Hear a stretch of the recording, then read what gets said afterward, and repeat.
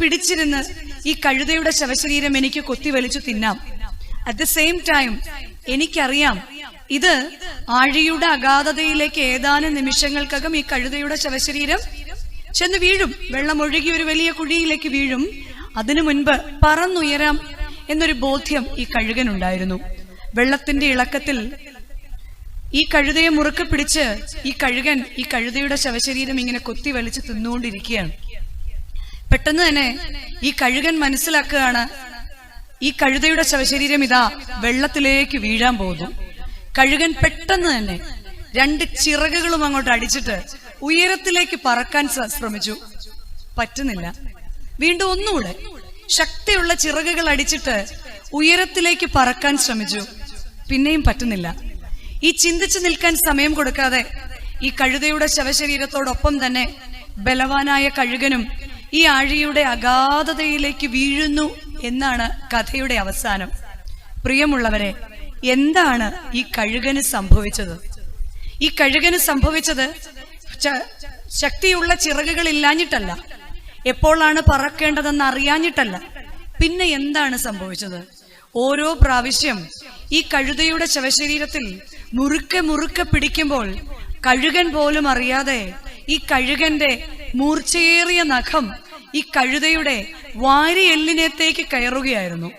തനിക്ക് തന്നെ വിടുവിക്കുവാൻ സാധിക്കാതെ വെറും നിസ്സാരനായ കഴുതയുടെ ശവശരീരത്തോടൊപ്പം ബലവാനെന്ന് സ്വയം വിചാരിച്ച കഴുകൻ കൂടി അവസാനിക്കുകയാണ്.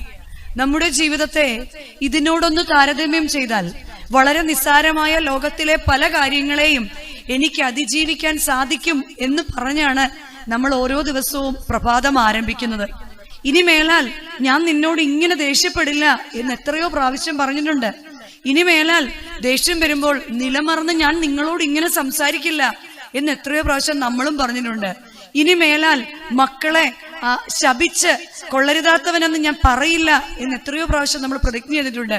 ഇനി മേലാൽ അപ്പനോ അമ്മയോ മനസ്സിനെ വിഷമിപ്പിക്കുന്ന രീതിയിൽ പ്രവർത്തിക്കില്ല എന്നൊക്കെ നമ്മൾ എത്രയോ പ്രാവശ്യം മക്കളും പറഞ്ഞിട്ടുണ്ട്.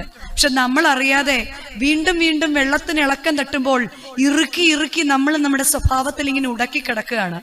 ബലവാനായ കഴുകനെ പോലെ കാലയവനികയ്ക്കുള്ളിൽ ഒരുവൻ നമ്മളും പ്രവേശിക്കുമ്പോൾ എത്രയോ വട്ടം എനിക്ക് അവസരം നൽകി, എന്നിട്ട് ദൈവമേ ഈ അവസരങ്ങളെ ഉപയോഗിക്കുവാൻ എനിക്ക് സാധിച്ചില്ലല്ലോ എന്ന് നമ്മൾ പറയേണ്ടി വരും.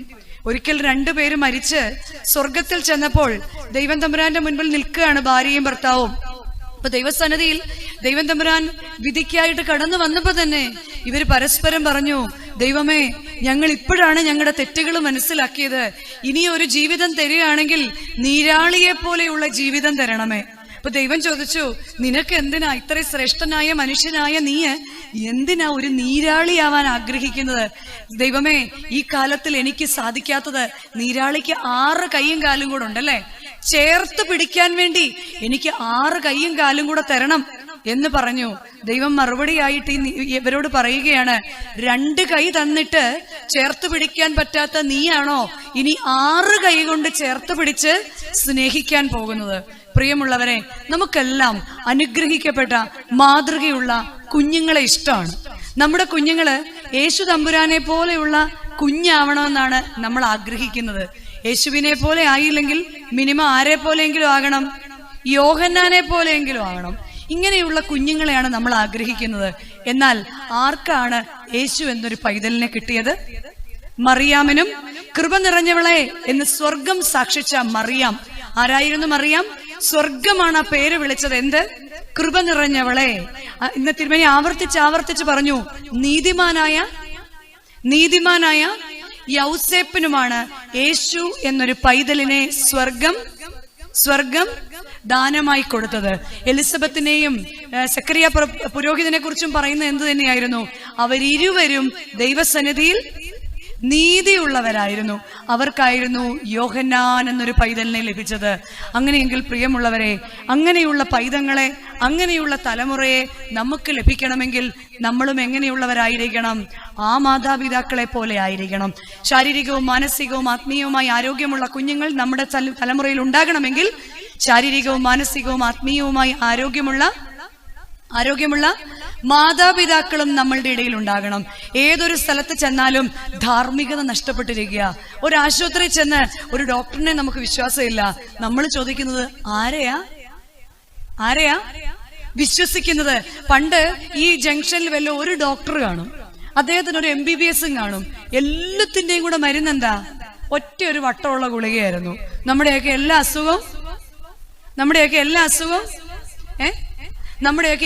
അസുഖവും മാറും. കഴിഞ്ഞിടയ്ക്ക് എന്റെ ഞങ്ങളുടെ അമ്മയ്ക്ക് സുഖമില്ലായിരുന്നു. പെട്ടെന്ന് BP ഷൂട്ട് ചെയ്തു. ഞങ്ങൾ ഹോസ്പിറ്റലിൽ കൊണ്ടുപോയി അഡ്മിറ്റ് ചെയ്തു. BP ഡൗൺ ആയി തിരിച്ചു കൊണ്ടുവന്നു. ഭയങ്കരമായ തലവേദന. തലയുടെ ഡോക്ടറിനെ കൊണ്ട് കാണിച്ചപ്പോൾ തലയുടെ ഡോക്ടർ പറഞ്ഞു, ഇല്ല, തലയ്ക്കൊന്നും കാണുന്നില്ല. കഴിഞ്ഞ 2 ആഴ്ച മുൻപുള്ള സംഭവമാണ്. അത് കഴിഞ്ഞപ്പോൾ പറഞ്ഞു പല്ലിന്റെ ഇൻഫെക്ഷൻ ആയിരിക്കും. അടുത്തത് ആരെ കൊണ്ട് കാണിച്ചു? പല്ലിന്റെ ഡോക്ടറിനെ കാണിച്ചു. പല്ലിന്റെ ഡോക്ടർ പല്ല് ചെക്ക് ചെയ്തിട്ട് പറഞ്ഞു, ഇല്ല അച്ഛാ, പല്ലിനൊന്നും അമ്മച്ചിക്ക് യാതൊരു ബുദ്ധിമുട്ടുമില്ല. പിന്നെ തലയുടെ ഭാഗത്തിരിക്കുന്ന എന്തുവാ? ചെവിയല്ലേ? അച്ഛൻ ചെവിയുടെ ഡോക്ടറിനെ കൊണ്ട് കാണിച്ചപ്പോൾ ചെവിയുടെ ഡോക്ടർ ചെക്ക് ചെയ്തിട്ട് പറഞ്ഞു, ചെവിക്കും അമ്മച്ചിക്ക് കുഴപ്പമൊന്നും. ഇനിയിപ്പോ തല എന്തുവാ കാണിക്കേണ്ടത്? ലാസ്റ്റ് ഒരു ഡോക്ടർ പറഞ്ഞു, സ്കിന്നിന്റെ ഡോക്ടറിനെ ഒന്ന് കാണിച്ചു നോക്ക്. സ്കിന്നിന്റെ ഡോക്ടറിനെ കാണിച്ചു നോക്കിയപ്പോൾ സ്കിന്നിന്റെ ഡോക്ടർ പറഞ്ഞു, ഇത് ഹെർപ്പിസ് ആണെന്ന് തോന്നുന്നു. അതൊരു വൈറസ് ആണ് കേട്ടോ. ഹെർപ്പിസ് ശരിക്കും അത് തന്നെ ആയിരുന്നു. പക്ഷെ ഇതിപ്പോ എത്ര പേരെ കാണിച്ചു? 5 പേരെ കാണിച്ചു. എന്താ അസുഖം? തലവേദന.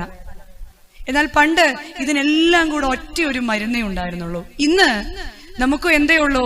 ഇന്നും നമുക്ക് സാധ്യതകൾ ഒരുപാടുണ്ട്. പണ്ട് 10-12 പേര് ഒന്നിച്ചൊരു കുടുംബത്തിൽ ജീവിച്ചിരുന്നു, പ്രശ്നങ്ങളില്ലായിരുന്നു. 10-12 പേര് ഒന്നിച്ചു ജീവിച്ചു. ആകെ 1 കിലോ അരി ഉണ്ടെങ്കിലും പ്രശ്നങ്ങളില്ലായിരുന്നു. ഇന്ന് നമ്മളുടെ മേശകൾ നിറഞ്ഞു കവിഞ്ഞിട്ടും, ഇന്ന് നമ്മളുടെ അലമാരകൾ തിങ്ങി നിറഞ്ഞിട്ട് രാവിലെ നമ്മൾ എന്താ ചെയ്യുന്നത്? ഇങ്ങനെ ഒരു കൈ വെച്ച് തള്ളിപ്പിടിച്ച് മറ്റേ കൈ വെച്ച് ഞെക്കിയാണ് നമ്മൾ എന്ത് ചെയ്യുന്നത്? അലമാരകൾ അടയ്ക്കുന്നത്. എന്നാലും നമുക്ക് ഇന്ന് എന്തില്ല? നമുക്കൊരു തൃപ്തിയില്ല. നമ്മുടെ ജീവിതത്തെക്കുറിച്ച് ഞാൻ ഇങ്ങനെയൊരു ജീവിതമായിരുന്നില്ല ആഗ്രഹിച്ച്. നിങ്ങൾ ശ്രദ്ധിച്ചോ? അഭിമന്യ തിരുമനസ്സുകൊണ്ട് ഇവിടെ പറഞ്ഞു, കുടുംബ ബന്ധങ്ങളെല്ലാം സ്നേഹവും. ഇന്ന് തിരുമേനി പറഞ്ഞുകൊണ്ട് കുഞ്ഞുങ്ങൾ അടുത്ത വാക്ക് ഏതാ പറഞ്ഞത്? നിങ്ങൾ കേട്ടായിരുന്നോ? ഏത് വാക്കാ പറഞ്ഞത്? കുഞ്ഞുങ്ങൾ ഉടനെ പറഞ്ഞത് തിരുമേനി അല്ല പറഞ്ഞത്, ഇവരാ പറഞ്ഞത്. സമാധാനവും. സ്നേഹവും സമാധാനവും കൂടെ പരസ്പരം എന്ത് ചെയ്തിരിക്കുകയാണ്? ബന്ധപ്പെട്ടിരിക്കുന്ന 2 കാര്യമാണ്. സ്നേഹവും. എന്തെല്ലാം ഉണ്ടെങ്കിലും ഭവനത്തിൽ സ്നേഹമില്ലെങ്കിൽ സമാധാനമില്ല. സമാധാനം ഉണ്ടാകണമെങ്കിൽ അപ്പൊ രാവിലെ ഏവൻഗേലിയോൻ പ്രസംഗത്തിൽ പറഞ്ഞു നിർത്തിയെടുത്ത് വെച്ച് നമുക്ക് തുടങ്ങാം. ഫിലിപ്പിയ ലേഖനം 2-ാം അധ്യായം 14-ാം വാക്യം. ഈ ഒരു കുടുംബ ദിനത്തിൽ ഫിലിപ്പിയ ലേഖനം 2-ാം അധ്യായം 14-ാം വാക്യം, 14-15 വാക്യം ഇങ്ങനെ പറയുന്നു: വക്രതയും കോട്ടവുമുള്ള തലമുറയുടെ നടുവിൽ നിങ്ങൾ അനിന്ദ്യരും പരമാർത്ഥികളും ദൈവത്തിന്റെ നിഷ്കളങ്ക മക്കളും ആകേണ്ടതിന് എല്ലാം പിറുപിറുപ്പും വാദവും കൂടാതെ ചെയ്യുവിൻ. അവരുടെ ഇടയിൽ നിങ്ങൾ ജീവന്റെ വചനം പ്രമാണിച്ച് ജ്യോതിസുകളെ പോലെ പ്രകാശിക്കുവിൻ. നമ്മൾ ആദ്യം തന്നെ പറഞ്ഞു, വക്രതയും കോട്ടവുമുള്ളൊരു തലമുറ. അതിനും തിരുമേനി ഏവൻഗേലിയൻ പ്രസംഗത്തില് ഒരു വാക്ക് പറഞ്ഞായിരുന്നു, പോസ്റ്റ് ഹ്യൂമൻ പീരീഡ്. കേട്ടായിരുന്നോ? അതെനിക്ക് തോന്നിയതാണോ? പോസ്റ്റ് ഹ്യൂമൻ പീരീഡ്, മനുഷ്യത്വമില്ലാത്ത കാലം, വക്രതയും കോട്ടവുമുള്ള തലമുറ. ഇവിടെ ഇരിക്കുന്ന മുതിർന്നവരോട് ചോദിച്ചാൽ അറിയാം, അവര് ചിന്തിക്കുന്നതിനേക്കാൾ എത്രയോ വേഗത്തിലാണ് ആര് ചിന്തിക്കുന്നത്? കൊച്ചു കുഞ്ഞുങ്ങൾ ചിന്തിക്കുന്നത്. നിങ്ങളൊരു ഫോൺ വാങ്ങിക്കഴിഞ്ഞാൽ അങ്ങോട്ട് കൊടുത്താൽ മതി, റെഡി. അങ്ങോട്ട് കൊടുത്താൽ മതി, റെഡി. നമ്മൾക്ക് ബുദ്ധിക്ക് മേലെയുള്ള കാര്യങ്ങൾ ചെയ്യുന്ന ഒരു തലമുറയാണ്. കാരണം എന്താ? ഒരു റോബോട്ടിക് സയൻസിന്റെയും ആർട്ടിഫിഷ്യൽ ഇന്റലിജൻസിന്റെയും ഒക്കെ ഒരു കാലത്തിൽ കൂടെയാണ് നമ്മൾ ജീവിക്കുന്നത്. പുരോഗമനവാദികളാണ് നമ്മുടെ മക്കൾ, അല്ലെ? അപ്പൊ എന്നാലും പുരോഗമനത്തിന്റെയും പുരോഗതിയുടെയും പുത്തൻ സാമ്പത്തിക നയത്തിന്റെയും ഒക്കെ പുതപ്പിനുള്ളിൽ ഉറക്കം നടിച്ചു കിടക്കുമ്പോഴും നഷ്ടപ്പെടുന്ന പല മൂല്യബോധങ്ങളും നമ്മുടെ തലമുറയിലുണ്ട്. അതുകൊണ്ടാണ് കാലം ചെയ്തുവെങ്കിലും കാലത്തിൽ കൂടി ജീവിക്കുന്ന സഭയുടെ പ്രഖ്യാപിത പരിശുദ്ധനായ വട്ടശ്ശേരിൽ തിരുമനസ്സുകൊണ്ട് കുടുംബത്തിൽ കുടുംബജീവിതക്കാരോട് പറയുന്നുണ്ട്, മൂല്യച്യുതിയുടെ മലവെള്ളപ്പാച്ചിലിൽ ഒരു തടശില പോലെ നിൽക്കുവാൻ മൂല്യബോധമുള്ള മാതാപിതാക്കൾ സഭയിലും സമൂഹത്തിലും ഉണ്ടാകണം. മൂല്യച്യുതിയുടെ ഒരു മലവെള്ളപ്പാച്ചിലാണ് ഇപ്പോൾ നടക്കുന്നത്. ആർക്കും ആരെയും കൊല്ലാം, ആർക്കും ആരെയും ഉപദ്രവിക്കാം, ആർക്കും ആരെയും പഴിചാരാം. അത് ഏറ്റവും കൂടുതൽ മനസ്സിലാക്കുന്നത് എന്നെ പോലത്തെ അധ്യാപകർ ഇതിനകത്തിലുണ്ടാവും. അവരോട് ചോദിക്കണം എന്താണ് ഇപ്പോഴത്തെ ഒരു തലമുറയുടെ ഒരു സ്ഥിതി, സ്റ്റേറ്റസ് എന്താണെന്ന്. അപ്പനും അമ്മയ്ക്കും ഒരിക്കലും മക്കളുടെ മാറ്റങ്ങൾ മനസ്സിലാക്കാൻ സാധിക്കത്തില്ല. കാരണം എന്താണ്? ആപ്പിൾ ഓഫ് മൈ ഐ ആണ്. എന്റെ മോനെ എന്തെങ്കിലും പറഞ്ഞ അച്ഛൻ വിവരം അറിയും. അച്ഛാ അവൻ അങ്ങനെയാ, അവൻ ഇച്ചിരി അങ്ങനെയാണ് എന്നാണ് നമ്മൾ ഈ കുഞ്ഞുങ്ങളെ കുറിച്ച് ഇപ്പൊ പറയുന്നത്. എന്നാൽ യഥാർത്ഥത്തിൽ ഇന്നത്തെ കുഞ്ഞുങ്ങളുടെ ഒരു സ്റ്റാറ്റസ്, അവരെ ഇങ്ങനെ ആയതെങ്ങനെയാണ്? വക്രതയും കോട്ടവുമുള്ള ഒരു തലമുറയായി മാറിയതിന്റെ കാരണം പൗലോസ് ലേഖ ഫിലിപ്പിയരോട് പറയാ, അവരുടെ മുൻപിൽ ഇനി നമ്മൾ എന്താണ് ചെയ്യേണ്ടത്? വക്രതയും കോട്ടവുമുള്ള തലമുറയുടെ നടുവിൽ നിങ്ങൾ അനിന്യർ എന്ന് പറഞ്ഞ നിന്നയില്ലാത്തവർ അല്ലെ. ഇന്നത്തെ നമ്മുടെ ഏറ്റവും വലിയ പേടി എന്താണ്? എന്റെ കുഞ്ഞെ നിന്നയില്ലാതെ, ബാക്കി എന്താ അമ്മച്ചിമാര് പറയും, നിന്നയില്ലാതെ കടന്നുകൂടി അങ്ങ് പോയാ മതി അല്ലെ. ഈ ഒരു ആഗ്രഹമാണ്. അനിന്യരും പരമാർത്ഥികളും ദൈവത്തിന്റെ നിഷ്കളങ്ക മക്കളും ആയിത്തീരേണ്ടതിന് ആരുടെ മുൻപിൽ? പുതിയ തലമുറയുടെ മുൻപിൽ എന്തു ചെയ്യണം? 1, സകലവും പിറുപിറുപ്പും വാദവും കൂടാതെ ചെയ്യുവിൻ. 2, അവരുടെ ഇടയിൽ ജീവന്റെ വചനം പ്രമാണിപ്പിൻ. 3, അവരുടെ മുൻപിൽ ജ്യോതിസ് പോലെ പ്രകാശിക്കുവേൻ. ഇനി നമുക്ക് മാത്രമേ ഈ തലമുറയെ നേടിയെടുക്കാൻ സാധിക്കുകയുള്ളൂ. അതിനൊന്നാമത് കുടുംബത്തിൽ നിന്നയില്ലാത്തവരാകണമെങ്കിൽ, കുടുംബത്തിൽ പരമാർത്ഥികളാകണമെങ്കിൽ, ദൈവത്തിന്റെ മക്കളാണെന്ന് നമ്മുടെ മക്കൾ സാക്ഷിക്കണമെങ്കിൽ എന്തു ചെയ്യണം? പിറുപിറുപ്പും വാദവും കൂടാതെ ജീവിക്കണം. കുടുംബത്തിൽ പിറുപിറുപ്പും വാദവും കൂടാതെ ജീവിക്കണം. നമുക്ക് ഏറ്റവും പറ്റാത്തത് എന്താണ്? കേൾക്കുമ്പോ വിചാരിക്കും ഇതുപോലൊക്കെ വേണം. പക്ഷെ ഇവിടുന്ന് പോകുമ്പോ തുടങ്ങും എന്ത്? നിന്നോട് പറഞ്ഞതാ കഴിയുന്നതിന് മുൻപ് ഇറങ്ങാൻ. നിങ്ങൾ കണ്ടില്ലേ ബാക്കിയുള്ളവരെല്ലാം അവിടെ നിൽക്കുന്നത്, ഞാൻ മാത്രം ഇറങ്ങിയാൽ മതിയോ? പിന്നെ ആ ഒരു ഉദ്ഘാടന കർമ്മം ഈ വാതുക്കെ വെച്ച് അങ്ങ് നിർവഹിക്കും. പിന്നെ എന്താ? അങ്ങ് വന്നേരെ കാവിലെ പാട്ട് മത്സരത്തിന് വീട്ടിലോട്ട് വന്നാ മതി. ബാക്കി തുടങ്ങുന്നത് ഇവിടെ വെച്ചാ അല്ലേ. 3 പ്രാവശ്യം ഓണടിക്കും വണ്ടിയെ കയറിയിട്ട്. ഇപ്പൊ ഞങ്ങള് പറയും ഫസ്റ്റ് കോൾ കലോത്സവമൊക്കെ നടത്തുമ്പം, സെക്കൻഡ് കോൾ, തേർഡ് കോൾ, പിന്നെന്തുവാ ഐറ്റം ക്യാൻസൽ, പിന്നെ മുട്ടനടിയായിരിക്കും. പ്രത്യേകിച്ച് കാരണമൊന്നുമില്ലെങ്കിലും ഇങ്ങനെയാണ്. എന്നാൽ പിറുപിറുപ്പും വാദവും കൂടാതെ പുതിയ തലമുറയുടെ, നിങ്ങൾ രണ്ടുപേരൂടെ രഹസ്യമായി പറയുന്ന ഏത് കാര്യവും ഇവരോട് ചോദിച്ചാൽ മതി. എടി നമ്മൾ ആ താക്കോൽ എവിടാ വെച്ചെന്നാ പറഞ്ഞേ? ഞാൻ കണ്ടില്ല. ഇവിടെ ഇരിക്കുന്നവൻ ചാടി പറയും, എന്ത് മമ്മി അത് അലമാരിയുടെ പുറകിൽ തൂക്കിയിട്ടെന്ന് പറഞ്ഞ് ഞാൻ കേട്ടായിരുന്നു. ശരിയാണോ ഞാൻ പറയുന്നത്? ശരിയാണോ എന്ന് ഇവരവിടെ എങ്ങും കാണത്തില്ല. എന്നാ ഇവിടെ എങ്ങും. അതാണ് ഇപ്പോഴത്തെ ഒരു ഫാസ്റ്റ് ആയിട്ടുള്ള ഒരു ലോകം, വളരെ ഫാസ്റ്റ് ആയിട്ടുള്ള ലോകം. ടീച്ചറെ ക്വസ്റ്റ്യൻ തന്നേക്ക്, തരാമോന്നല്ല, എന്താ അമ്മോ എന്താ ഈ ഫാൻ ഒന്നിട്ടേരെ, ശരിയല്ലേ? ഈ ഫാൻ ഒന്നിട്ടേരെ. അമ്മ എവിടെ നിന്ന് ഓടി വരും? അമ്മയോർക്കും കറണ്ട് അടിച്ചാന്ന് പറഞ്ഞാ ഓടി വരുന്നത്. പണ്ട് അപ്പൻ ജോലി കഴിഞ്ഞ് വരുമ്പം കാത്തു നിൽക്കുന്ന ഒരു കാലമുണ്ട്. ഇവിടെ വാതുക്കെ കയ്യിലൊരു മുട്ടായിയെ കാണത്തുള്ളൂ, അല്ലെങ്കിൽ കയ്യിൽ രണ്ട് എന്തെങ്കിലും കഴിക്കുന്ന ഒരു മിച്ചറേ കാണത്തുള്ളൂ. കാത്തു നിന്ന് അപ്പന്റെ കയ്യിൽ നിന്ന് വാങ്ങിച്ച് അടുക്കളയിൽ കൊണ്ട് കൊടുക്കുന്ന ഒരു കാലത്തിൽ നിന്ന് ഇന്ന് അങ്ങനെ ഒരാള് വൈകിട്ട് കേറുവോ പോവോ വരുവോ? പുള്ളി ഇടയ്ക്കൊക്കെ വരുന്നുണ്ട്, പുള്ളി ഇടയ്ക്കിടയ്ക്ക് പോകുന്നുണ്ട്. കാണുമ്പോ എണീക്കേണ്ട കാര്യം കാരണം എന്താ? നമ്മൾ ഭയങ്കര തിരക്കിൽ ഓൺലൈൻ ക്ലാസ്സിലാണ് അല്ലെ. ഓൺലൈൻ ഇൻട്രാ പേഴ്സണൽ റിലേഷൻഷിപ്പ് എന്ന് പറഞ്ഞാൽ എനിക്ക് എന്നോടുള്ള ബന്ധം, എനിക്ക് എന്നോടുള്ള ബന്ധം എന്താണ്? എനിക്ക് മറ്റുള്ളവരോടുള്ള ബന്ധം അവിടെ നിൽക്കട്ടെ, അത് നമ്മൾ എപ്പോഴും കേൾക്കുന്നത്. അതിന് ആദ്യം എന്ത് ശരിയാവണമെന്നറിയാം? എനിക്ക് എന്നോടുള്ള ബന്ധം ശരിയാവണം. എനിക്ക് എന്നോടുള്ള കാഴ്ചപ്പാട്. ഞാൻ ഒരു പേപ്പർ തന്നിട്ട് നിങ്ങളോട് പറയാ, നിങ്ങളെ കുറിച്ച് എഴുതാൻ പറഞ്ഞാൽ നിങ്ങൾ എന്തെഴുതും? നമ്മളൊരിക്കലും ചിന്തിക്കാത്ത കാര്യമാണ്. എനിക്ക് എന്നോടുള്ള ബന്ധം എങ്ങനെയാണ്? അതും 3 തരത്തിലുള്ള ആൾക്കാരുണ്ട് കേട്ടോ. ഒന്നാമത്തെ കൂട്ടർ എന്താണെന്നറിയോ? ഞാനാണ് എല്ലാം. എന്റെ കൽപ്പന രാജശാസന. നിങ്ങൾ കേട്ടിട്ടുണ്ടോ എവിടെയെങ്കിലും? അത് എവിടെയാ? ബാഹുബലി. എന്റെ കൽപ്പന രാജശാസന. അങ്ങനെയുള്ള കുറച്ചു പേര്. ഞാൻ പറയും നീ എന്തോ ചെയ്യണം. മിനിഞ്ഞാന്ന് ഞങ്ങളുടെ വീട്ടിലൊരു ഫാമിലി വന്നു. അച്ഛൻ ഇങ്ങനെ സംസാരിക്കുന്നുണ്ട്. ആ കൂടെ പുള്ളിക്കാരിക്ക് ഒരു ആഗ്രഹമുണ്ട് മിണ്ടാൻ. അപ്പൊ ആ പുള്ളിക്കാരി പറയാ, അച്ഛാ ഞങ്ങള് ഫിലാഡൽഫിയയിൽ. നീ മിണ്ടരുത്, കുറച്ചു നേരം കഴിഞ്ഞപ്പോൾ ഞങ്ങൾക്കത് വളരെ തമാശയായി. അവര് പോയി കഴിഞ്ഞപ്പോൾ അച്ഛൻ എന്നോട് പറഞ്ഞു, ഇനി ഞാനിവിടെ ഇനി ഇങ്ങനെയാ, മിണ്ടരുത്. മനസ്സിലായോ? അത് മറ്റുള്ളവർ കാണുന്നു, മറ്റുള്ളവർ ശ്രദ്ധിക്കുന്നു, അങ്ങനെയൊന്നുമില്ല. എന്റെ കൽപ്പന. രണ്ടാമതൊരു കൂട്ടരുണ്ട്. എങ്ങനെയാ? എന്നെ ഒന്നിനും അല്ലേലും എനിക്കറിയാം, എനിക്ക് നിങ്ങളെയും പിള്ളേരെയും പോലെ പഠിത്തമൊന്നുമില്ലല്ലോ, അല്ലേലും നിങ്ങൾക്ക് എന്റെ വീട്ടുകാരെ കാണല്ലോ, എന്നെ ഒന്നിനും അതിവിടെയാ കൂടുതൽ വെയിറ്റ് അതിന്. എന്നെ ഒന്നിനും കൊള്ളത്തില്ല, നിനക്കും ഇപ്പൊ എന്നെ പുച്ഛവാ. മമ്മി പറയത്തില്ലേ അങ്ങനെ? നീയും എന്നെ അങ്ങ് കുറ്റം പറയുക.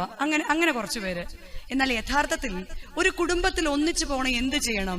മനസ്സിലാക്കേണ്ടതിനെ മനസ്സിലാക്കുകയും മനസ്സിലാക്കേണ്ടവരെ മനസ്സിലാക്കാനും അവരെയെല്ലാം മനസ്സിലാക്കേണ്ടതുപോലെ മനസ്സിലാക്കാനും സാധിക്കുമ്പോൾ മാത്രമാണ് പറയേണ്ടതിന് പറയണം, പ്രതികരിക്കേണ്ടതിന് പ്രതികരിക്കണം, ജീവിക്കേണ്ടതുപോലെ ജീവിക്കണം. ഞാനാണ് എല്ലാം എന്നല്ല, മറ്റുള്ളവരെ കൂടി അവരായിരിക്കുന്ന അവസ്ഥയിൽ ബഹുമാനിക്കുവാൻ നമുക്ക് സാധിക്കണം. അങ്ങനെ സാധിക്കണമെങ്കിൽ ഓരോ കുടുംബവും ആരംഭിക്കുന്നത് എവിടെയാണ്? ഇവിടെയാണ്, അല്ലെ? ഈ മദ്ബഹായുടെ മുൻപിലാണ്. 2 സ്ഥലത്ത് നിന്ന് വരുന്നവരെ അച്ഛൻ പിടിച്ചുകൊണ്ട് വന്നിട്ട് പറയും, ഇന്നു മുതൽ, എപ്പോൾ വരെയാ? ഇന്നു മുതൽ മരണം വരെ. അന്ന് മുതൽ ആരായി മാറുകയാണ്? ഒരു കുടുംബത്തിന്റെ നാഥനും കുടുംബത്തിന്റെ നാഥയുമായി മാറുകയാണ്. ക്രിസ്തു സഭയുടെ തലയായിരിക്കുന്നതിനാൽ പുരുഷൻ സ്ത്രീയുടെ ഇവര് പറയുമെന്ന് നിങ്ങൾ വിചാരിക്കണ്ട കേട്ടോ. പുരുഷൻ സ്ത്രീയുടെ തലയാകുന്നു. Father is the head of the family. അപ്പൻ ആരായിരിക്കണം? കുടുംബത്തിന്റെ father is the head of the family. അപ്പൻ കുടുംബത്തിന്റെ തലയായിരിക്കണം. മദർ, ഇവള് നിനക്ക് അടിമവേല ചെയ്യാൻ വേണ്ടി ഞാൻ ഇന്നടത്തുനിന്ന് മേടിച്ചുകൊണ്ട് വന്നു അല്ല. സ്ത്രീ ആരായിരിക്കണം? Mother should be the heart of the family. അമ്മ കുടുംബത്തിന്റെ ആരായിരിക്കണം? അമ്മ കുടുംബത്തിന്റെ ഹൃദയമായിരിക്കണം. അങ്ങനെയുള്ള കുടുംബത്തിൽ മക്കൾ ആരായിരിക്കും എന്നറിയോ? Children, the hope of the family. കുടുംബത്തിന്റെ പ്രതീക്ഷയാണ് ആര്? ചിൽഡ്രൻ, കുഞ്ഞുങ്ങൾ കുടുംബത്തിന്റെ പ്രതീക്ഷ. അവിടുത്തെ പ്രത്യേകത എന്താണ്? കുഞ്ഞുങ്ങളെ കുറിച്ച് പ്രതീക്ഷിക്കണമെന്ന് നമ്മൾ മനസ്സിലാക്കണം. അപ്പൻ കുടുംബത്തിന്റെ തലയാണ്, അല്ലെങ്കിൽ അപ്പൻ കുടുംബത്തിന്റെ ആരായിരിക്കണം? തലയായിരിക്കണം. ആയിരിക്കുന്ന അവസ്ഥയിൽ, ആയിരിക്കുന്ന ദേശത്തിൽ, ആയിരിക്കുന്ന കോപത്തിൽ എന്നെ കൊണ്ട് മാത്രമേ ഇങ്ങേരെ പോറ്റാൻ പറ്റൂ എന്നറിഞ്ഞ് എന്റെ കയ്യിൽ ദൈവം ഏൽപ്പിച്ചിരിക്കുകയാണ്. ചിലപ്പോൾ നമ്മൾ വിചാരിക്കത്തില്ലേ, നമ്മുടെ സ്ഥാനത്ത് വേറെ വല്ലവരുമായിരുന്നെങ്കിൽ ഇയാളെ ഒറ്റയടി കൊടുത്തേച്ച് ഇറങ്ങിപ്പോയനെ. പക്ഷേ ദൈവത്തിന്റെ കണ്ണിൽ ഈ പുരുഷൻ അല്ലയോ മണവാള, ഈ മണവാട്ടി നിനക്ക് രമ്യം. അപ്പോഴാണ് അമ്മ കുടുംബത്തിന്റെ ഹൃദയമായി മാറുന്നത്. എപ്പോഴാണ്? ആരാണ് അപ്പനെ തലയായിട്ട് അംഗീകരിക്കേണ്ടത്? അമ്മയാണ് ആരെ തലയായിട്ട് അംഗീകരിക്കേണ്ടത്? സൗണ്ട് മാറുന്നു.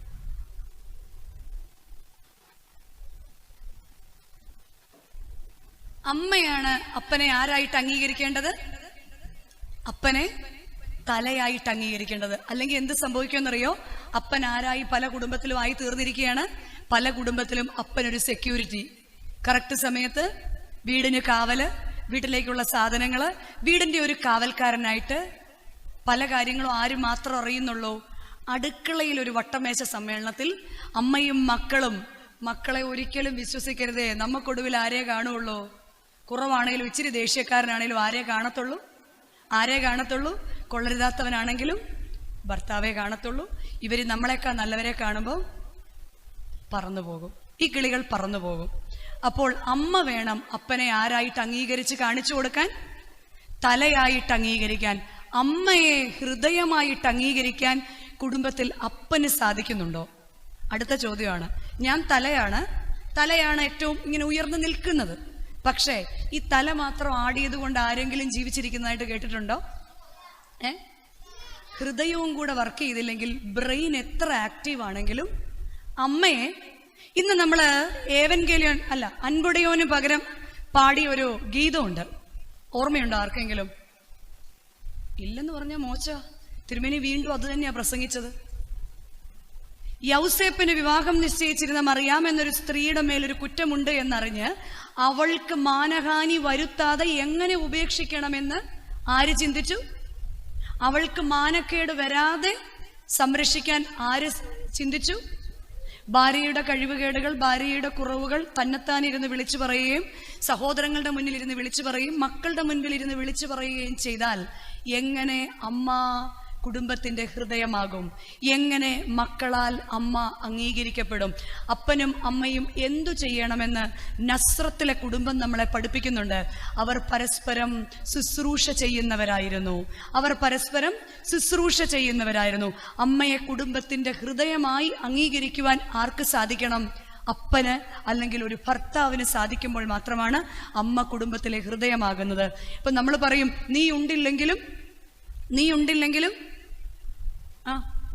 അത് കേൾക്കുമ്പോൾ നമുക്ക് ദേഷ്യം വരാറില്ലേ? നീ ഉണ്ടില്ലെങ്കിലും അവളെ ഊട്ടണം, നീ ഉടുത്തില്ലെങ്കിലും അവളെ ഉടുപ്പിക്കണം. ഇതാണോ നമ്മളുടെ ഇടയിൽ നടന്നു വരുന്നത്? പണ്ട് ക്രിസ്തീയ കുടുംബ ബന്ധങ്ങളിൽ അപ്പച്ചൻ ചാരുകസാരയിൽ ഇരുന്ന് മൂളുന്നത് അകത്തു നിന്ന് ആർക്കും മനസ്സിലാകുമായിരുന്നു? അമ്മച്ചിക്ക് മനസ്സിലാവുമായിരുന്നു. അന്ന് ഒത്തിരി ശബ്ദങ്ങളൊന്നും ഇല്ലായിരുന്നു, അന്ന് ഒത്തിരി സംഭാഷണങ്ങളൊന്നും ഇല്ലായിരുന്നു, അന്ന് ഒത്തിരി ഫോൺ കോൾസ് ഒന്നും ഇല്ലായിരുന്നു. പക്ഷെ അപ്പച്ചന്റെ ഹൃദയത്തിൽ നിന്ന് വരുന്ന ശബ്ദം, ആ മൂളൽ അടുക്കളയിൽ നിൽക്കുന്ന ആർക്കറിയാമായിരുന്നു? ഇന്ന് നമ്മൾ ഒരുപാട് സംസാരിക്കുന്നുണ്ട്. തിരുമേനി ഓർമ്മിപ്പിച്ചു, പലയിടത്തും വലിയ ഭൂകമ്പങ്ങൾ വരെ നടക്കുന്നുണ്ട്. പക്ഷെ നമുക്കൊന്നും പരസ്പരം മനസ്സിലാകുന്നില്ല. ഇൻട്രാപേഴ്സണൽ റിലേഷൻഷിപ്പ്, എനിക്ക് എന്നോടുള്ള ബന്ധം, എൻ്റെ ജീവിത പങ്കാളിയെ, എൻ്റെ ഭാര്യയെ സംരക്ഷിക്കാൻ, എൻ്റെ ഭർത്താവിനെ കുറവോടുകൂടി മനസ്സിലാക്കുവാൻ കുടുംബത്തിൽ എനിക്ക് സാധിക്കുമ്പോൾ മാത്രമാണ് എനിക്ക് എന്നോടുള്ള ബന്ധം എന്താവുന്നുള്ളൂ? സുദൃഢമാകുന്നുള്ളൂ. നിങ്ങൾ എങ്ങനെയായി തീരണമെന്ന് വിശുദ്ധ മത്തായിയുടെ സുവിശേഷം 5-ാം അധ്യായത്തിൽ പറയുന്നുണ്ട്. എങ്ങനെയായി തീരണം? നിങ്ങൾ ഭൂമിയുടെ ഉപ്പായി തീരണം. ഉപ്പിന്റെ ഏറ്റവും വലിയ ക്വാളിറ്റി എന്താ? കയ്പാണോ ഉപ്പിന്? ഉപ്പിന്റെ ഏറ്റവും വലിയ കഴിവെന്താണ്? ഉപ്പിന് ലയിച്ചു ചേരാനുള്ള കഴിവുണ്ട്.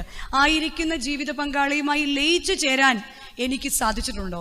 പലപ്പോഴും തോന്നാറില്ലേ, ഇങ്ങനെയൊരു ജീവിതം വേണ്ടായിരുന്നു, ഇങ്ങനൊരു കൂടെയുള്ള ജീവിതം വേണ്ടായിരുന്നു. എന്നാൽ ഉപ്പിന്റെ ഏറ്റവും വലിയ ക്വാളിറ്റി എന്താണ്? ഉപ്പ് ലയിച്ചു ചേരും. 2, ഉപ്പ് മുറിവുണക്കും. 3, ഉപ്പ് ടേസ്റ്റ് വർദ്ധിപ്പിക്കും. ഇത് 3 ഉപ്പിന്റെ പ്രത്യേകതകളാണ്, അല്ലെ? ഉപ്പ് ലയിച്ചു ചേരും. ഞാൻ ആയിരിക്കുന്ന അവസ്ഥയുമായി ലയിച്ചു ചേരാൻ എനിക്ക് സാധിച്ചിട്ടുണ്ടോ? കുറച്ച് വർഷങ്ങൾക്ക് മുൻപ് സ്കൂളിലെ ആനിവേഴ്സറിയുടെ ഒരു നോട്ടീസുമായിട്ട് അവിടുന്ന് റിട്ടയർ ചെയ്തൊരു ടീച്ചറിന്റെ അടുത്തേക്ക് പോയി. എല്ലാ വർഷവും നമ്മൾ ആനിവേഴ്സറിക്ക് പഴയ അധ്യാപകരെ ക്ഷണിക്കും. അപ്പൊ അവിടെ ചെന്ന് കഴിഞ്ഞപ്പം ടീച്ചർ അവിടെയുണ്ട്. ടീച്ചറിന്റെ ഹസ്ബൻഡ് സാറാണ്. ഞങ്ങളുടെ ആ ദേശത്തെ ഏറ്റവും പേരുകേട്ട ഒരു അധ്യാപകനാണ്. എല്ലാ ഗുരുക്കന്മാരുടെയും ഗുരുവാണ്. സാറിൻ്റെ ഒരു അനുഗ്രഹം തന്നെ നമുക്ക് വലിയൊരു അനുഗ്രഹമാണ്. അങ്ങനെയുള്ളൊരു സാർ. അപ്പം ഞാൻ ചോദിച്ചു, ടീച്ചറെ സാറില്ലേ? അവിടെ എങ്ങാനും കാണും. അപ്പം അതിനൊരു ഉപ്പ് കുറവ് തോന്നിയപ്പോൾ ഞാൻ ഇച്ചിരി കഴിഞ്ഞപ്പോൾ വീണ്ടും കാപ്പിയും കൊണ്ടുവന്ന് ഞാൻ ചോദിച്ചു, ടീച്ചറെ സാറ് എൻ്റെ കുഞ്ഞെ ഒന്നും പറയാത്തതാണ് നല്ലത്. ഇങ്ങേരുടെ കല്യാണാലോചന വരുന്ന സമയത്ത് എനിക്ക് സിംഗപ്പൂരിൽ നിന്നൊക്കെ എന്ത് നല്ല ആലോചനകൾ. കാപ്പി കുടിച്ചുകൊണ്ടിരുന്ന ഞാൻ ഒരു നിമിഷം നിർത്തിയിട്ട് ഈ അമ്മച്ചിയായ ടീച്ചറിനെ നോക്കി. കാരണം ഈ ടീച്ചറിൻ്റെ ഇളയ മകളും ഞാനും ഞങ്ങൾ ഒന്നിച്ച് കോളേജിൽ പഠിച്ച ഈ ആള് എന്നോട്, ഇളയ മകളുടെ പ്രായമുള്ള എന്നോട് പറയാ, അന്ന് ഇദ്ദേഹത്തിന്റെ കല്യാണാലോചന വന്ന സമയത്ത് സിംഗപ്പൂരിൽ നിന്നൊക്കെ എനിക്ക് നല്ല നല്ല ആലോചനകൾ വന്ന എൻ്റെ വിധി എന്തായിരുന്നു? ഈ ആറുമുറിക്കടവില് വന്നു കുടുങ്ങി കിടക്കണമെന്നുള്ളതായിരുന്നു എൻ്റെ വിധി. എന്നാൽ ആയിരിക്കുന്ന അവസ്ഥയിൽ ലയിച്ചു ചേരാൻ ചിലപ്പോൾ എൻ്റെ ജീവിത പങ്കാളിക്ക് ഞാൻ വിചാരിക്കുന്ന പോലത്തെ സ്വഭാവം ഒന്നും ആയിരിക്കില്ല. അതിനുദാഹരണമാണ് 1 ശമൂവേൽ പുസ്തകം 25-ാം അധ്യായത്തിൽ ഒരു ദമ്പതികളെ കുറിച്ച് പറയുന്നുണ്ട്. നാബാലിന്റെയും അബിഗേലിന്റെയും കുടുംബത്തെക്കുറിച്ചാണ് 1 ശമൂവേൽ പുസ്തകം 25-ാം വാക്യം പറയുന്നത്. അവിടെ പറയാണ്, നാബാൽ കാലേബ് വംശക്കാരനായിരുന്നു. അവന്റെ ഭാര്യയ്ക്ക് അബിഗേൽ എന്നാണ് പേര്. അവൾ വിവേകമതിയും സുന്ദരിയുമായിരുന്നു. നാബാലാകട്ടെ നിഷ്ഠൂരനും ദുഷ്കർമ്മിയുമായിരുന്നു. അവിടെ നിൽക്കട്ടെ. ഇനി അവിടുത്തെ ഒരു സംഭവം, വലിയൊരു വിരുന്ന് കഴിക്കുകയാണ്. ആടിന്റെ രോമം കത്തിരിക്കുന്ന വിരുന്നില് നാനാദേശത്തു നിന്നും ആളുകൾ വരികയാണ്. ഇവിടെ ഇങ്ങനെ ഒരു വിരുന്ന് നടക്കുന്ന അറിഞ്ഞ് ദാവീദിന്റെ ആളുകൾ അങ്ങോട്ട് കടന്നു വരികയാണ്. ദാവീദിന്റെ ആളുകൾ കടന്നു വന്നിട്ട് ഇവരോട് പറയാണ്, ഞങ്ങൾ ദാവീദിന്റെ ആളുകളാണ്. ഉടനെ തന്നെ നാബാലിന് വെളിവിച്ചിര കുറവാണല്ലോ. ചിലർക്ക് എന്താ എവിടെ സംസാരിക്കേണ്ടതെന്ന് അറിയത്തില്ല.